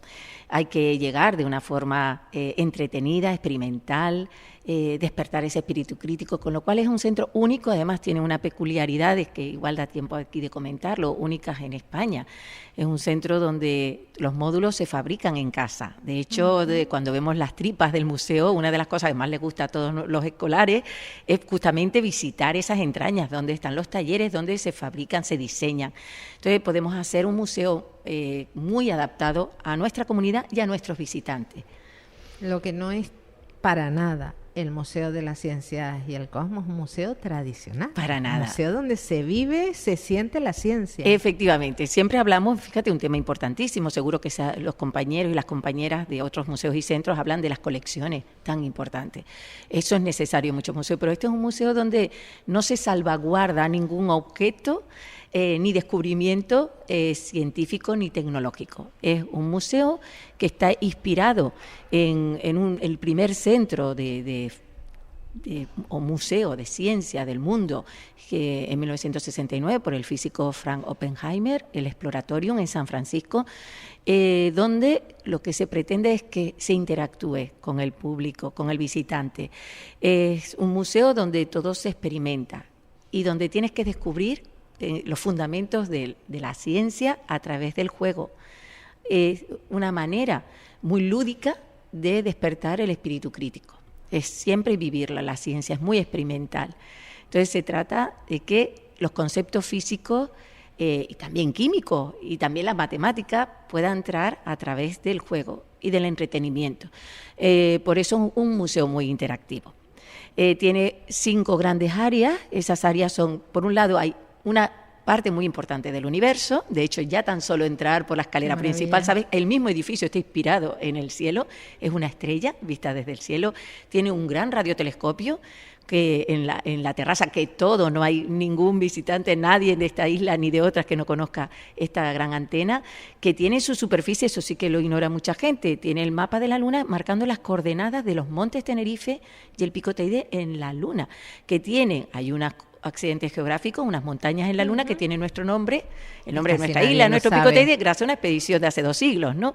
Pues bien, eso está ya en la terraza. Y luego en el interior hay muchas áreas diferentes, pero sobre todo la sala, como el núcleo, el corazón del museo, son 5 áreas, unas que tienen que ver con el Sol en particular, otro con el universo en general y la Tierra en particular también. Cambio climático, queremos todavía implementar más módulos que tengan que ver con medio ambiente, cambio climático, contaminación lumínica, cómo afecta al medio ambiente, a la biodiversidad, etcétera. Otro módulo que tiene que ver con cómo funcionan las cosas. Es fácil usar todo. Yo siempre digo que la física está en la vida cotidiana, desde que enciendes un interruptor, desde que abres la nevera, desde que botas un balón. Todo es física lo que hay detrás. Entonces, ¿cómo funcionan las cosas? Un móvil, un televisor, y cómo funciona el cuerpo, que luego también podemos ir a lo micro, vamos a lo macro a través del universo y luego vamos a lo más diminuto entrando espejo, en el cuerpo. ¿no? Exactamente. Pues es ciencia, ¿no? Al final todo es ciencia. Y a su vez tenemos áreas pues como el microcosmos para los más pequeñines y las más pequeñitas. Es muy importante para nosotros fomentar también, decías antes de ser mujer, pues creo que el museo ha hecho una tarea importante. Primero, el tener ya un circuito con nombres de mujer. A lo largo de todo el museo tienes una serie de piezas con biografías de mujeres científicas. Hemos decidido este año que no solo por el Día Internacional de la Mujer y el Día de la Mujer Trabajadora, sino todos los eventos que se realicen van a estar precedidos por la imagen de alguna mujer científica, con la idea sencilla de visibilizar que existen esas historias ocultas, olvidadas, de mujeres que han contribuido al avance de la ciencia, ¿no? Y creo que eso también es importante. Podemos fomentar también desde un museo, hablando de ciencia, la igualdad y la equidad. Claro, que quede claro que el paso de la mujer por el mundo no es una estrella fugaz. Eso no puede queda, ser, ¿no? Como un sol. Eso un sol, que se le dé visibilidad si le corresponde. Toñi, si tuviésemos que medir las visitas en el museo en sensaciones y emociones, ¿qué balance arrojaría? Muy buena pregunta. No hemos hecho esa entrevista a ese nivel, pero sí el grado de satisfacción. Y sí me consta que el número de visitantes sigue creciendo año tras año. Este año, por ejemplo, se hizo una exposición que es la del Tajo Gaite, y tiene que ver con tu pregunta, porque no solo son los 90.000 visitantes que vinieron al Tajo Gaite, y más de 10.000, que son 15.000 alumnos y alumnas, que es muy importante, sino la emoción que transmite esa exposición, por ponerlo, ¿no? El hecho de que no solo te cuenta la historia de un volcán, no solo te cuenta la historia de por qué Canarias es volcánica y vivimos sobre un suelo volcánico, y cómo nos hemos ido, la resiliencia, cómo nos hemos ido adaptando a ello, cómo los investigadores han trabajado para evitar pérdidas humanas y para avanzar en el conocimiento de del funcionamiento de estos procesos naturales, pero también creo que transmiten la emoción de la fuerza que tiene la naturaleza y de lo importante que es la solidaridad en determinados momentos humana. Porque lo mismo en cualquiera de los módulos. Yo creo que también están los sentidos. Se trata en este museo de experimentar con los sentidos. Hay módulos donde lo que predomina es la parte visual, pero también está pensada para personas con discapacidad visual. Tenemos módulos donde es el sentido del oído, en otros el del tacto. Entonces, jugamos con los sentidos, pero no solo con los sentidos tradicionales, sino con otros sentidos que van más allá de los sentidos sensoriales de la percepción, ¿no? Que es la emoción que te transmite, la ilusión que te transmite, y el hecho de que de ahí salgan niños y niñas que quieran ser mañana astronautas, astrónomos o médicos o ingenieros, que quieran hacer ciencia. Y que vean que no es tan complicada. A ver, hay que estudiar mucho, yo no voy a mentir. Como todo, como en todo, tiene un esfuerzo, es muy competitiva, pero al final es la que explica cómo funciona el mundo, cómo funciona el universo, y además es la que puede encontrar las soluciones para problemas que tanto nos compete, como el cambio climático, como la hambruna, erradicar la pobreza o la salud pública.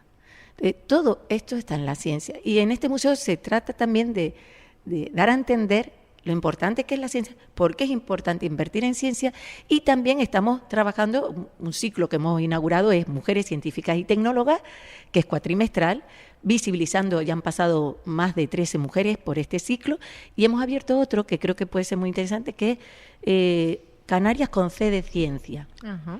Y la idea es que está dirigida sobre todo a estudiantes de secundaria, aunque el primero que hicimos por periodo vacacional no fue más dirigido al público en general, y está concebido para que nuestros jóvenes puedan conocer qué ciencia y puntera se desarrolla en nuestras islas y que es una oportunidad de trabajo para ellos.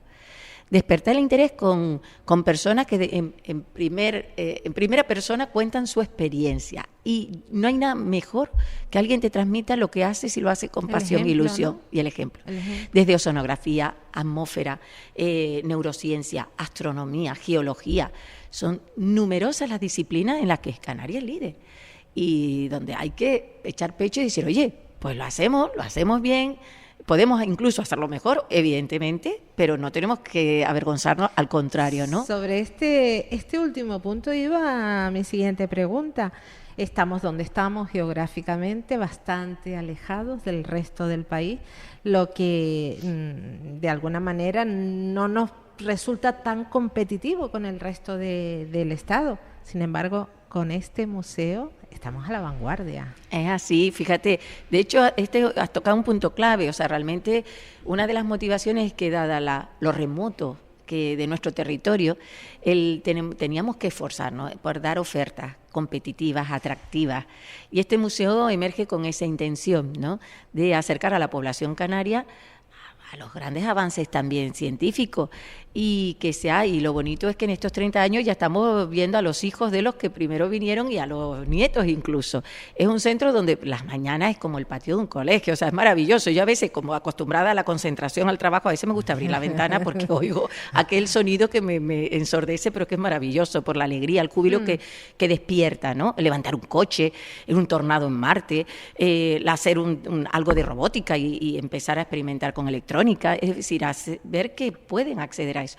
Y por otra parte es muy bonito también ver muchas tardes a mayores, muchas veces abuelos, abuelas, quizás por temas de conciliación, que recogen a los niños, a la niña en el colegio, y ver también cómo puede ser un espacio de encuentro intergeneracional. La ciencia tiene que ser accesible a todos, a los más pequeños, también a los mayores. Todo. Y cada vez teniendo en cuenta que afortunadamente la calidad de vida es cada vez mejor, que cada vez hay más gente mayor en la universidad. También es un programa, igual que existe en la Universidad de Mayores, también el museo tiene que ser como esa educación complementaria a la reglada. De tal manera que el aprender sea para siempre. A mí me encanta una frase de una astrónoma, María Mitchell, que decía, la primera mujer astrónoma americana, que decía, vive como si fueras a morir mañana, pero estudia como si fueras a vivir para siempre. Con lo cual, nunca olvides que siempre hay algo que aprender, algo que descubrir, y el museo intenta también actualizarse. De hecho, ahora tenemos la tarea de actualizar contenido, sobre todo en astrofísica, que hay grandísimos avances en temáticas que entonces eran desconocidas, como exoplanetas. Se descubrió el primero hace 30 años. Entonces, justo cuando se inauguró el museo, o sea, apenas hemos tenido tiempo de no está tan incorporado, o por ejemplo, materia oscura, temas de cosmología últimos. Tenemos que seguir actualizando y profundizando en los temas existentes. Y yo también quiero y quisiera, y todo el equipo que lo conformamos, que sea un centro de concienciación sobre la importancia de preservar nuestro planeta. O sea, la ciencia nos está ayudando, nos tiene que dar las herramientas para conseguir esa conservación, esa preservación, pero de nada nos sirve ni siquiera las regulaciones y reglamentos y ordenanzas si no hay concienciación ciudadana. Entonces, el museo tiene que ser también un templo del cielo, y lo digo en ese sentido más puro, pero también un centro de concienciación, ¿no? De descubrir que en principio no hay un planeta B. Podemos pensar que hay otros planetas alternativos, pero este es el que tenemos y este es el que hay que cuidar, y que todos somos responsables, ¿no?, en parte de lo que aquí pase, ¿no? ¿Es valorado la ciencia, estas actividades del museo? Porque se plantea a lo largo de la mañana las distintas entrevistas con otros responsables de otros museos del organismo autónomo. los avances son increíbles, la vocación, la pasión que pone, pero después tiene su correspondencia en la política, en los reglamentos, en las leyes, en ese parlamento. ¿Se les escucha? ¿Son valorados? ¿Son tenidos en cuenta? ¿O hay muchos peros? Sí hay muchos peros, todavía vamos lentito, pero yo, por ejemplo, que también abordo el tema a través de la Fundación Starlight, con temas que tienen mucho que ver con la preservación del cielo, la conservación, y que tienen mucho que ver con lo que hacemos en el museo, ¿no? Hablamos de astronomía, no sabríamos nada si no tenemos cielo. No sabemos nada, porque incluso si nos vamos al espacio, los datos del espacio se calibran con datos de aquí en tierra. Entonces hace falta, como bien dices, políticas públicas, tanto desde el punto de vista de ciencia como desde el punto de vista de preservación de esos recursos naturales que defendemos. Poco a poco vamos abriendo camino. Creo que poco a poco también hay mayor conciencia también. No hay que pensar que siempre en las administraciones, creo que hay dos cosas. Una, que cada vez en las administraciones yo sí siento que hay gente comprometida, gente que realmente tiene ese espíritu de servicio, porque a veces es verdad que pensamos, es verdad que es lenta, muy lenta. Yo reduciría la burocracia, habría que agilizar, buscar fórmulas, no para enrevesar, porque a veces la complicamos para agilizar, entonces al final se hace un monstruo mayor. Entonces eso yo creo que todos estamos de acuerdo, ¿no? Que hay que agilizar, pero cada vez hay más gente consciente y aportando todo lo necesario para dar paso, porque la sociedad ya lo va demandando. O sea, ya nos tenemos que poner, creo que el trabajo que hacemos los museos de concienciación también va despertando sensibilidad. Y entonces ya es la misma ciudadanía la que dice, no, esto no se puede hacer. Y la que va a reivindicar y la que va a exigir un paso por delante. Claro, a las administraciones. Eso es lo que estamos trabajando. Por un lado con las administraciones y por otra parte hay cosas que no pueden esperar. Y otra por parte también de las personas. Otro tema importante es que también los ciudadanos seamos conscientes que no hay que esperar que todo nos venga de arriba. Que nosotros podemos hacer cosas para cambiar el mundo en el que vivimos. Y es importante, en el mismo aspecto de contaminación lumínica, hablamos de alumbrado exterior. Eso compete a la administración pública, pero yo puedo no tener el farolito ese encendido toda la noche, poner una lámpara, una luminaria correcta, cerrar las persianitas y cortinas si tengo las luces encendidas dentro. Todos podemos hacer algo siempre, igual que los residuos o el reciclaje. Tenemos nosotros que en casa dar ejemplo, el agua, no derrochar luz.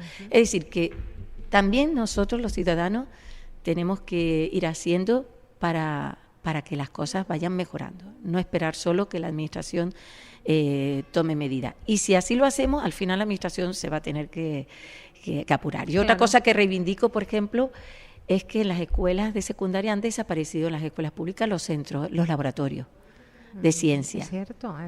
No hay, antes era... Y esos laboratorios son puntos neurálgicos para despertar, como el Museo de la Ciencia y el Cosmos, para despertar las vocaciones científicas.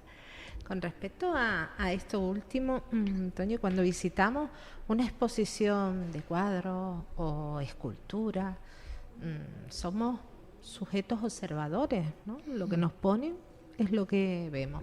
Sin embargo, en el Museo de la Ciencia y el Cosmos podemos cambiar hasta lo que vemos, ¿no? Y interactuar. Esa es quizás la clave, ¿no? Esa es la clave. Lo que la hace divertido y atractivo. Eso es. Es más, llegas y no sabes con qué te enfrentas y tampoco sabes lo que te quiere contar. Entonces se trata que tú descubras eso que luego te narra. Tienes siempre un texto explicativo que te ayuda a comprender. Por ejemplo, acabamos de inaugurar 2 este año. Uno es cómo generar un rayo con miles de voltios, ¿no? Y explica cómo se producen las tormentas eléctricas, que es algo muy habitual, pero sin embargo el fenómeno es muy desconocido. Incluso tan desconocido como que la gente no sabe qué hacer en un momento cuando hay una tormenta eléctrica, ¿no? Entonces, ese tipo... Otro muy interesante, que es capaz de explicarnos cómo se produce la realimentación de nuestro cerebro, es lo de el discurso retardado, un poco lo que podría pasar en radio cuando escuchas un eco de tu voz. Retardo, que es horrible. Ese retardo es terrible, entonces retardamos a propósito medio segundo nuestra voz y además fomentamos un diálogo, de tal manera que no solo oyes con retardo la tuya, sino la de tu interlocutor. Entonces hay que ver qué curiosidad todo lo que ocurre. De hecho, hay gente que se bloquea absolutamente, no es capaz de articular palabras y se queda con la boca abierta, ¿no? Entonces, hay muchos fenómenos, cosas que nunca planteamos y te ayudan a explicar cuáles son los procesos mentales que se producen cuando tú hablas sin querer, tú misma te estás escuchando y estás realimentando, cambiando tu tono de voz, cambiando lo que dices a medida que te escuchas. Si no nos oyéramos, cambiamos hasta la intensidad, ¿no?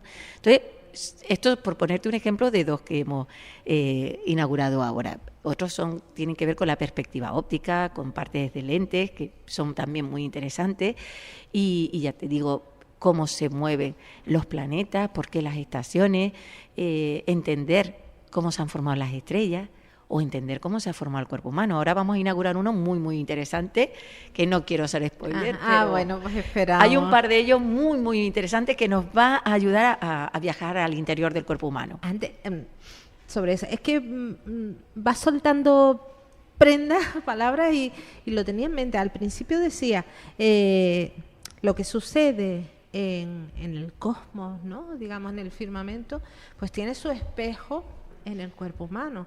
Ahora mismo, mirando la actualidad, tenemos ese huracán Milton, que Dios sabe por dónde va a salir.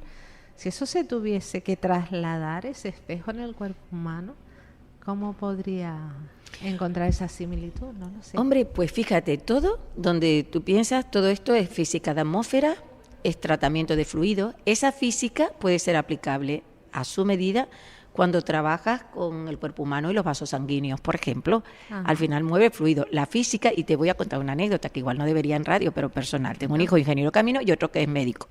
Y yo físico, ¿no? Física. Sí. Bueno, astrofísica. Me imagino esas almuerzos, y entonces, me acuerdo, el almuerzo era muy entretenido.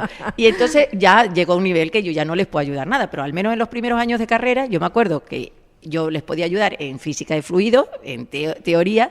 Al mayor le interesaba por aspectos de obra civil y temas que tienen que ver con fluidos también, y al pequeño le interesaba por temas de cardiovasculares. Entonces, al final, la física es la misma, solo que en ambientes distintos. Yo no digo los huracanes, que puede ser otro asunto, pero bueno, espero que no sea tan turbulento el movimiento en nuestro interior, pero lo mismo, hay una cosa que realmente es la mayor manifestación de lo que tú has dicho, que todo lo que pasa en el cosmos somos nosotros, es que somos polvo de estrella. Esto que parece poesía es real. Puede que incluso tu mano derecha y tu mano izquierda procedan de estrellas diferentes. Quiere decir que todos los elementos químicos naturales de los que está hecho nuestro planeta se formaron de una gran nube de gas y polvo, de donde se formó el Sol, sistema planetario, y vino de la explosión de una estrella. Antes se decía supernova, no se sabe si fue otro tipo de estrella llamada Wolf-Rayet, muy violenta, pero sí sabemos que procedemos de la materia eliminada, expulsada, porque en el universo todo se recicla. Vamos, esa famosa frase, lo que es afuera es adentro. Eso es. Ahí. Toñi, para finalizar ya, principales retos que tiene por delante el Museo de la Ciencia y el Cosmos. Tenemos muchos retos que son sueños, ¿no? Por un lado, vamos a seguir en la línea de fortalecer los módulos y las salas que tenemos, actualización de contenido e incluso ya el uso, pues por supuesto, de las nuevas tecnologías, inteligencia artificial, siempre en una medida comedida y realista para que la experimentación nunca se pierda. Ese es uno de los retos y desafíos más importantes. Otro, seguir convirtiendo al Museo del Cosmos como a otros museos en un destino de por sí, es decir, de obligatoria visita, no solo para toda la población de Tenerife, de Canarias y también los millones de turistas que nos visitan, y que siga siendo, seguirlo posicionando a través de didácticas, actividades entretenidas, de espacios abiertos, lúdicos, en ese lugar de encuentro donde debatir temas que tanto nos conciernen a todos, que tienen que ver con la ciencia y el universo en general. Pues esperemos que Muchas gracias. Se realicen pronto. Toñi Varela, directora del Museo de las Ciencias y el Cosmos, mil gracias por estar con nosotros. A ustedes por esta oportunidad, gracias. Bueno, maravilloso escuchar a la directora del museo sobre todos estos avances y esa similitud de lo que es el firmamento, de lo que conocemos como firmamento, con nuestro interior, nuestro temple diario. Vamos, que yo con lo del huracán lo hubiese tenido más claro que lo que explicaba Toñi, porque cuántos huracanes experimentamos nosotros en nuestro día a día. Continuamos con lo que nos importa, que es esta visita que estamos haciendo hoy, este programa especial desde el Museo El Muna, Museo de la Naturaleza y la Arqueología. Y bueno, delante de mí tengo ya próximo invitado al responsable de que todo suceda como nos han venido contando. Él es el consejero de Cultura del Cabildo de Tenerife, José Carlos Hacha. Buenos días. Muy buenos días. ¿Cómo se encuentra usted? Bien, siento un retrasillo que he tenido. Que no se notó, que no se notó, no tenía que haber dicho nada. Pues genial, así es más evidente. Bueno, la primera pregunta es evidente, José Carlos. Hemos hecho el repaso Museo de las Ciencias Naturales, Museo de Arqueología, Museo de Historia de la Laguna, Museo de Carta, alguno más se me queda, Bioantropología, Museo de la Ciencia y el Cosmos, el CEDOCAN. Se tiene que sentir orgullosísimo de esta red de conocimiento. Mucho. Y podrías estar hablando con los directores de los museos. Claro, que quedan muchísimos más, pero... Porque es un mundo apasionante y ellos son unas personas maravillosas que dirigen los museos con mucha pasión y con muchas ganas de enseñar, de mostrar qué es lo que hay, qué es nuestro acervo cultural, porque al final los museos son cultura que nos pertenece a todos, ¿no? ¿Cómo ha pasado este templo del conocimiento donde nos encontramos, este templo de mirar atrás? ¿Cómo ha pasado de ser un hospital civil al centro neurálgico de la naturaleza, la antropología, la ciencia? Un proyecto enorme, larguísimo. Los museos llevan casi 20 y tantos años funcionando y el hospital civil, el antiguo hospital civil, fue adaptándose progresivamente sus diferentes patios y alas para que pudieran albergar el museo. Eso dio cosas tan maravillosas como las exposiciones que tenemos en estos momentos, ¿no? Sabes que en este museo, en este edificio, en el Hospital Civil, tenemos no solamente lo que es la administración del Organismo Autónomo de Museos y Centros del Cabildo, sino tenemos también el Museo de la Naturaleza y el Museo de la Arqueología, con la parte de bioantropología que es potentísima, con todo el tema de los aborígenes guanches, las momias, etcétera, ¿no? Pero aparte de eso, el museo es mucho más amplio. Y como fue ubicándose poco a poco en el museo, mientras se hacían obras en un lado, se ubicaban en otro, al final tenemos algunas cuestiones divertidas, como que los museos tienen una escalera al medio. Entonces tienes un museo del lado derecho de la escalera, planta 1, planta 2, y en la misma planta, del lado izquierdo de la escalera, tienes otro museo, planta 1, planta 2 y planta 3. Pares y pares. Entonces, a veces uno se pierde. Uno de los proyectos que tenemos es precisamente colocar un museo por planta, de manera que unificar por planta cada museo, ¿no? De hecho, el Museo de Naturaleza y el Museo de Arqueología están preparando un proyecto para iniciar todo este movimiento con un ámbito cero, en el que se mezclan los dos, y luego pasamos a planta por planta, ¿no? También el Museo de la Historia vamos a iniciar un trabajo para el primer ámbito, para darle una correlación diferente y un lenguaje más acorde con los tiempos, porque cuando uno ve los museos son hijos de la tecnología y la forma de ver los museos y la historia en esa época en la que se construyen, ¿no? Y ya empiezan a tener sus años y los mensajes son diferentes. Tenemos que tener mayor cabida para cuestiones sociales, la mujer, los niños, otros elementos que muchas veces no quedan del todo reflejados o no quedan bien reflejados. Por no hablar de las nuevas tecnologías, porque hace 20 años, 30 años nadie tenía un móvil en la mano. Pero eso acerca también. Claro.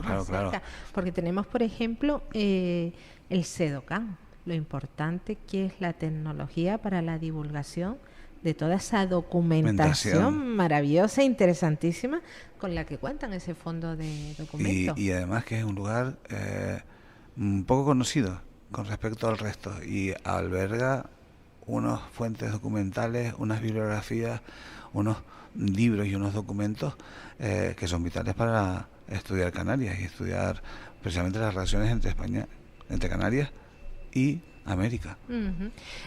José Carlos, esta red de museos del Organismo Autónomo de Museos del Cabildo de Tenerife no se mantiene sola. Hablamos claro, necesita un importante esfuerzo, no solamente de personal, sino también económico. Son muchos los retos que tienen por delante. ¿Se corresponde con la realidad o hay mucho que rascar? No. Estamos hablando de presupuestos importantes. Mantenimiento, más el personal, el capítulo de personal, más las actividades que se hacen dentro. Ninguna actividad es gratis. Si tú montas una exposición, estás pagando todo el material que tienes que elaborar para esa exposición, no las colecciones que las puedes tener. Y si tienes que pedir algún evento o alguna pieza externa, pues tienes que pagar evidentemente seguros, transporte, etcétera, ¿no? Pero todo eso supone un gasto importante de dinero. Ahora mismo estamos también embarcados en hacer un proyecto de mantenimiento exterior de los museos, porque nuestros museos, muchos están albergados en lugares BIC, en inmuebles que son BIC, bienes de interés cultural, y no se puede hacer lo que te dé la gana en un bien de interés cultural, y para mantenerlo tienes que mantenerlo de una forma determinada, no es como un edificio normal y corriente que llegas y pintas y se acabó. En algunos lugares puedes pintar, en otros no puedes pintar, tienes que usar otros sistemas. Entonces es más complejo, ¿no? Y eso es otra partida económica que se ha negociado este año y que hemos conseguido. Al final vamos creciendo económicamente los presupuestos y siempre hay que tener en cuenta el presupuesto inicial y luego lo que te pueden ir recabando del propio cabildo por otros ingresos que tiene y que te pueden ir enviando, y entonces incrementas, ¿no? Los museos cumplen en este momento una función fundamental, ¿no? De no solamente de conocimiento, sino también de participación en la cultura, por eso tenemos tantas actividades, y también de difusión. Y sobre todo de cohesión, porque alguien viene a un museo y al final te das cuenta que eres parte de una comunidad que viene de mucho antes y va mucho más allá en el tiempo. Incluso como ser humano eres parte de un entorno, de un ecosistema en el que estás jugando o estás interrelacionándose con especies vegetales, con la geomorfología de los suelos, del paisaje, con especies animales, y ves cómo eso todo queda reflejado en los museos. Salvando la comparación, el que se quiera encontrar consigo mismo no necesariamente tiene que ir a la cima de una montaña, puede visitar diferentes museos y encuentra todas esas partes. Pues efectivamente, incluso si quieres un rato de tranquilidad y de sosiego, tienes en este museo tienes unos espacios espectaculares donde puedes sentar, con unos patios increíbles, te puedes sentar, puedes disfrutar. Hay un patio que es casi una selva, donde puedes admirar toda esa cantidad enorme de plantas y árboles que hay en el centro. Otro patio es como, no sé, como un jardín dentro de una casa en el desierto, con unas palmeras y un césped y se puede tranquilamente sentarte y esperar. Efectivamente, encontrarse consigo mismo en manera física, pero también por otro lado tienen la arqueología, tienen las ciencias naturales, tiene la casa de carta que nos acaban de hablar ahora, que mucha gente tiene una visión de ese museo como algo ajeno y sin embargo es muy, muy nuestro. La casa de carta era el museo de etnografía de Tenerife, ubicado en Vallegarra, en la laguna. Y sigue allí. Es verdad que va a medio gas porque ha habido una obra enorme en los jardines y además de vallado de toda la zona, para permitir que dar más seguridad, pero también permitir que puedan llegar mejor las zonas de aparcamiento, ¿no?, que tiene por delante y por detrás. Y estamos a punto de terminarla. Es una obra que lleva ya mucho tiempo, por lo menos 3 años, trabajándose, y está a punto de terminarse. Y en el momento que se termine vamos a insuflar de nuevo un empuje a la Casa Carta. Yo recuerdo ir a la Casa Carta hace 20 años, 30 años, y salía uno maravillado, no solamente por las colecciones de vestimentas, sino porque veías cómo era el proceso de la seda en Canarias, artesanal, o veías cómo se recolectaba y que se hacía con la cochinilla. Todos los términos artesanales, tradicionales, se encontraban ahí de alguna forma reflejados. Y recuerdo incluso ver reproducciones en vivo a escala 1:1 de láminas en las que se veía el interior de una vivienda de un campesino del siglo XVIII. Era una cosa maravillosa. Y si le digo la Casa Lercaro, ¿qué es lo primero que le viene a la mente? El Museo de la Historia. El Museo de la Historia en la laguna. ¿Pero con qué se queda de la Casa Lercaro? Pues con todo. La Casa Lercaro es una maravilla. La Casa Lercaro es un bien de interés cultural, es el lugar donde se ubica el primer museo de la historia que hemos tenido, y ha ofrecido durante varias décadas una visión de la historia de Canarias muy interesante, y la historia de Tenerife muy interesante.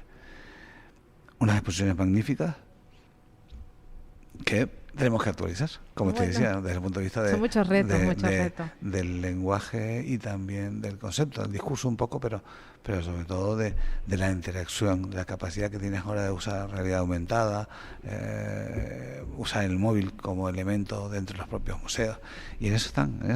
Uh-huh.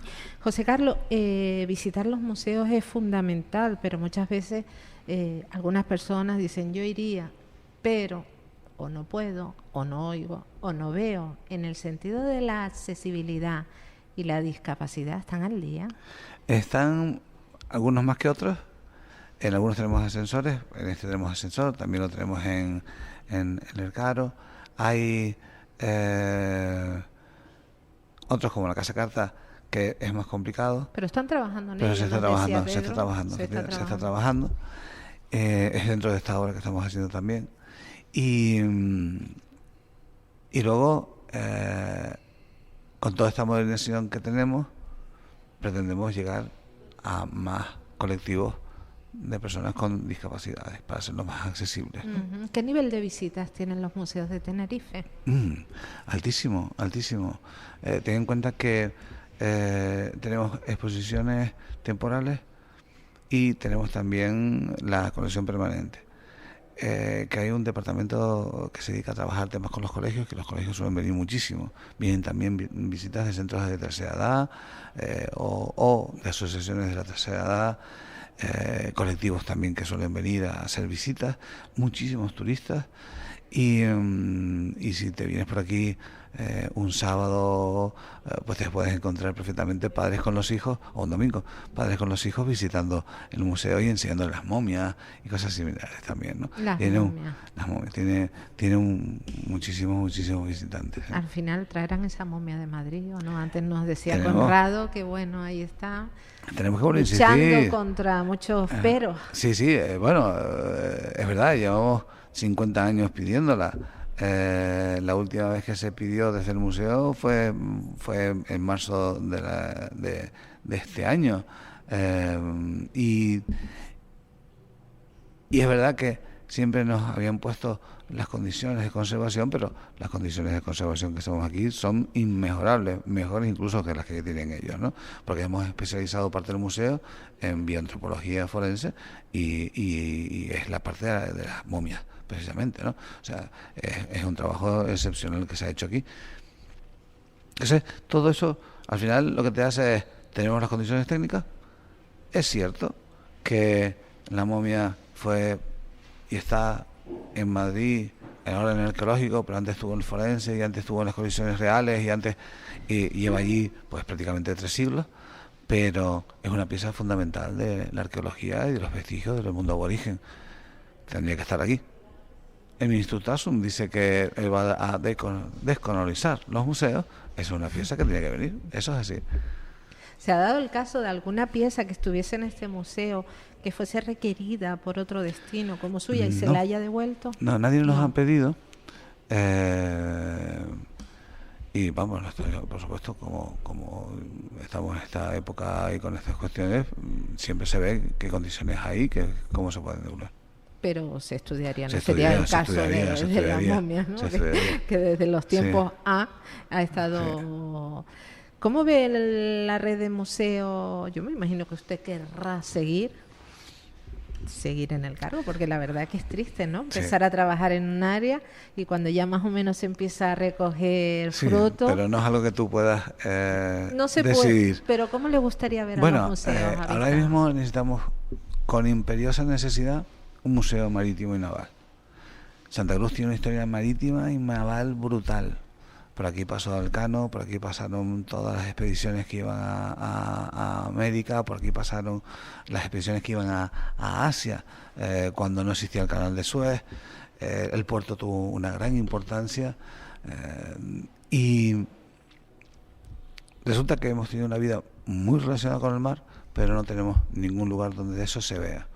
No tenemos un lugar donde esté todo conjunto, donde podamos ver la importancia del ámbito pesquero, la importancia del ámbito comercial con las islas a través de los puertos, la importancia de como lugar estratégico, porque esto hay que recordar que fuimos bueno, las islas, pero específicamente Tenerife, víctimas de muchos ataques piráticos y corsarios. Santa Cruz específicamente 3, el de Jennings, el de Blake y el último, el de Nelson.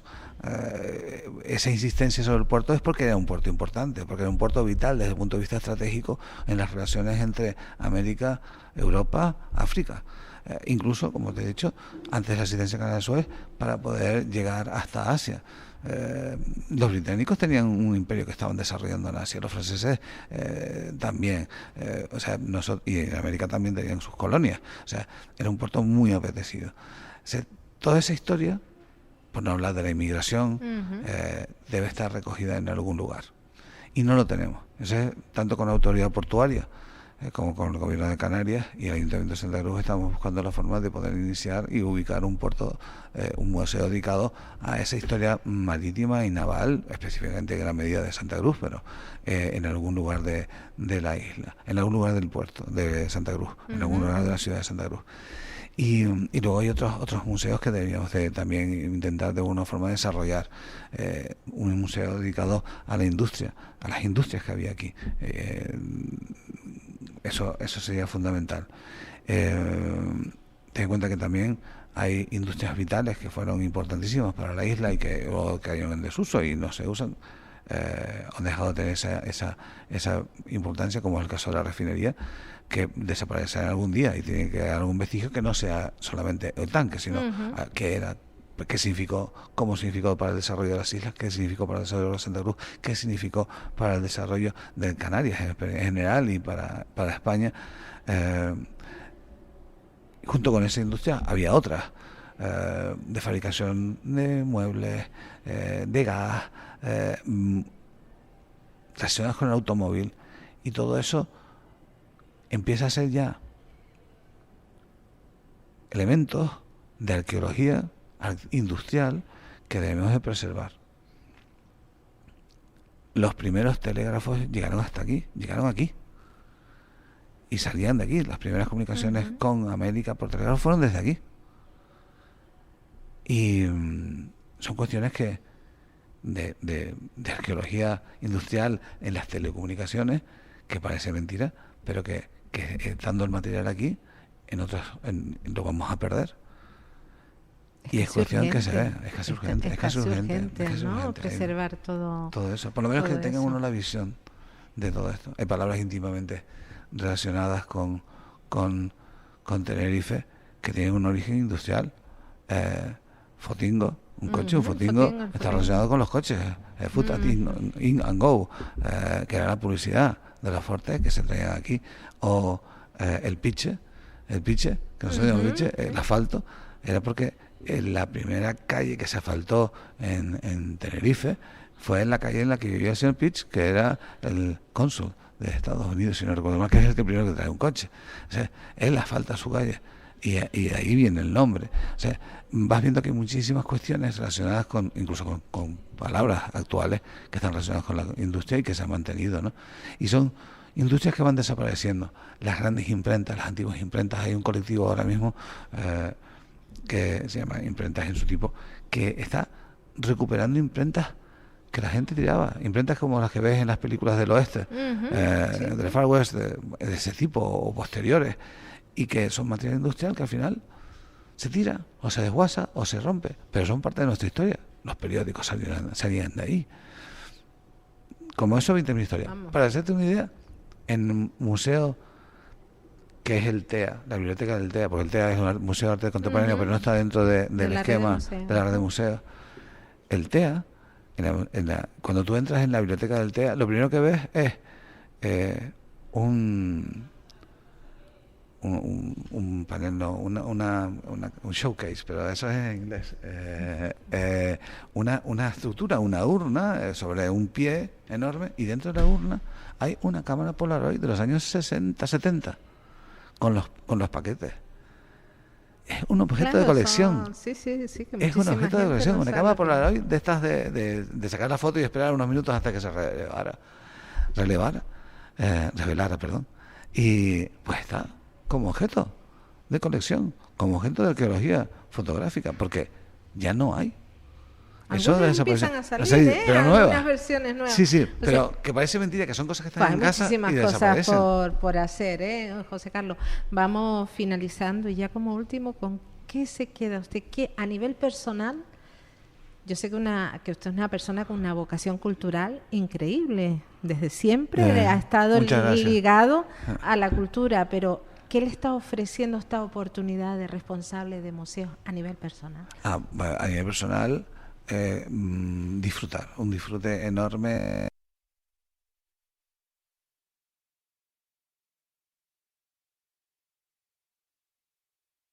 El tema de los museos, el poder modernizarlos, porque las estructuras de los museos, tal y como las vemos hoy, tienen 30 años ya. O sea, podemos modernizarlos, podemos llevarlos a algo mucho mejor. Desde el punto de vista de la cultura en general, pues poner en marcha muchas cuestiones que o bien se habían desaparecido o que no se habían llegado a este punto, ¿no? Hemos hecho la Bienal de Arte Contemporáneo, por ejemplo, en el TEA. Pues hay muchísimas cosas que hablar y seguiremos hablando. José Carlos Hacha, consejero de Cultura del Cabildo de Tenerife, mil gracias por estar con nosotros. Muchas gracias a Capital Radio y a ti por permitirme estar con ustedes. Bueno, así llegamos al final. Gracias a todos por acompañarnos, por permitir que les acompañemos y que hayamos podido compartir con ustedes esta comunidad. La mañana de la 10 con Tere Coello. Capital Radio.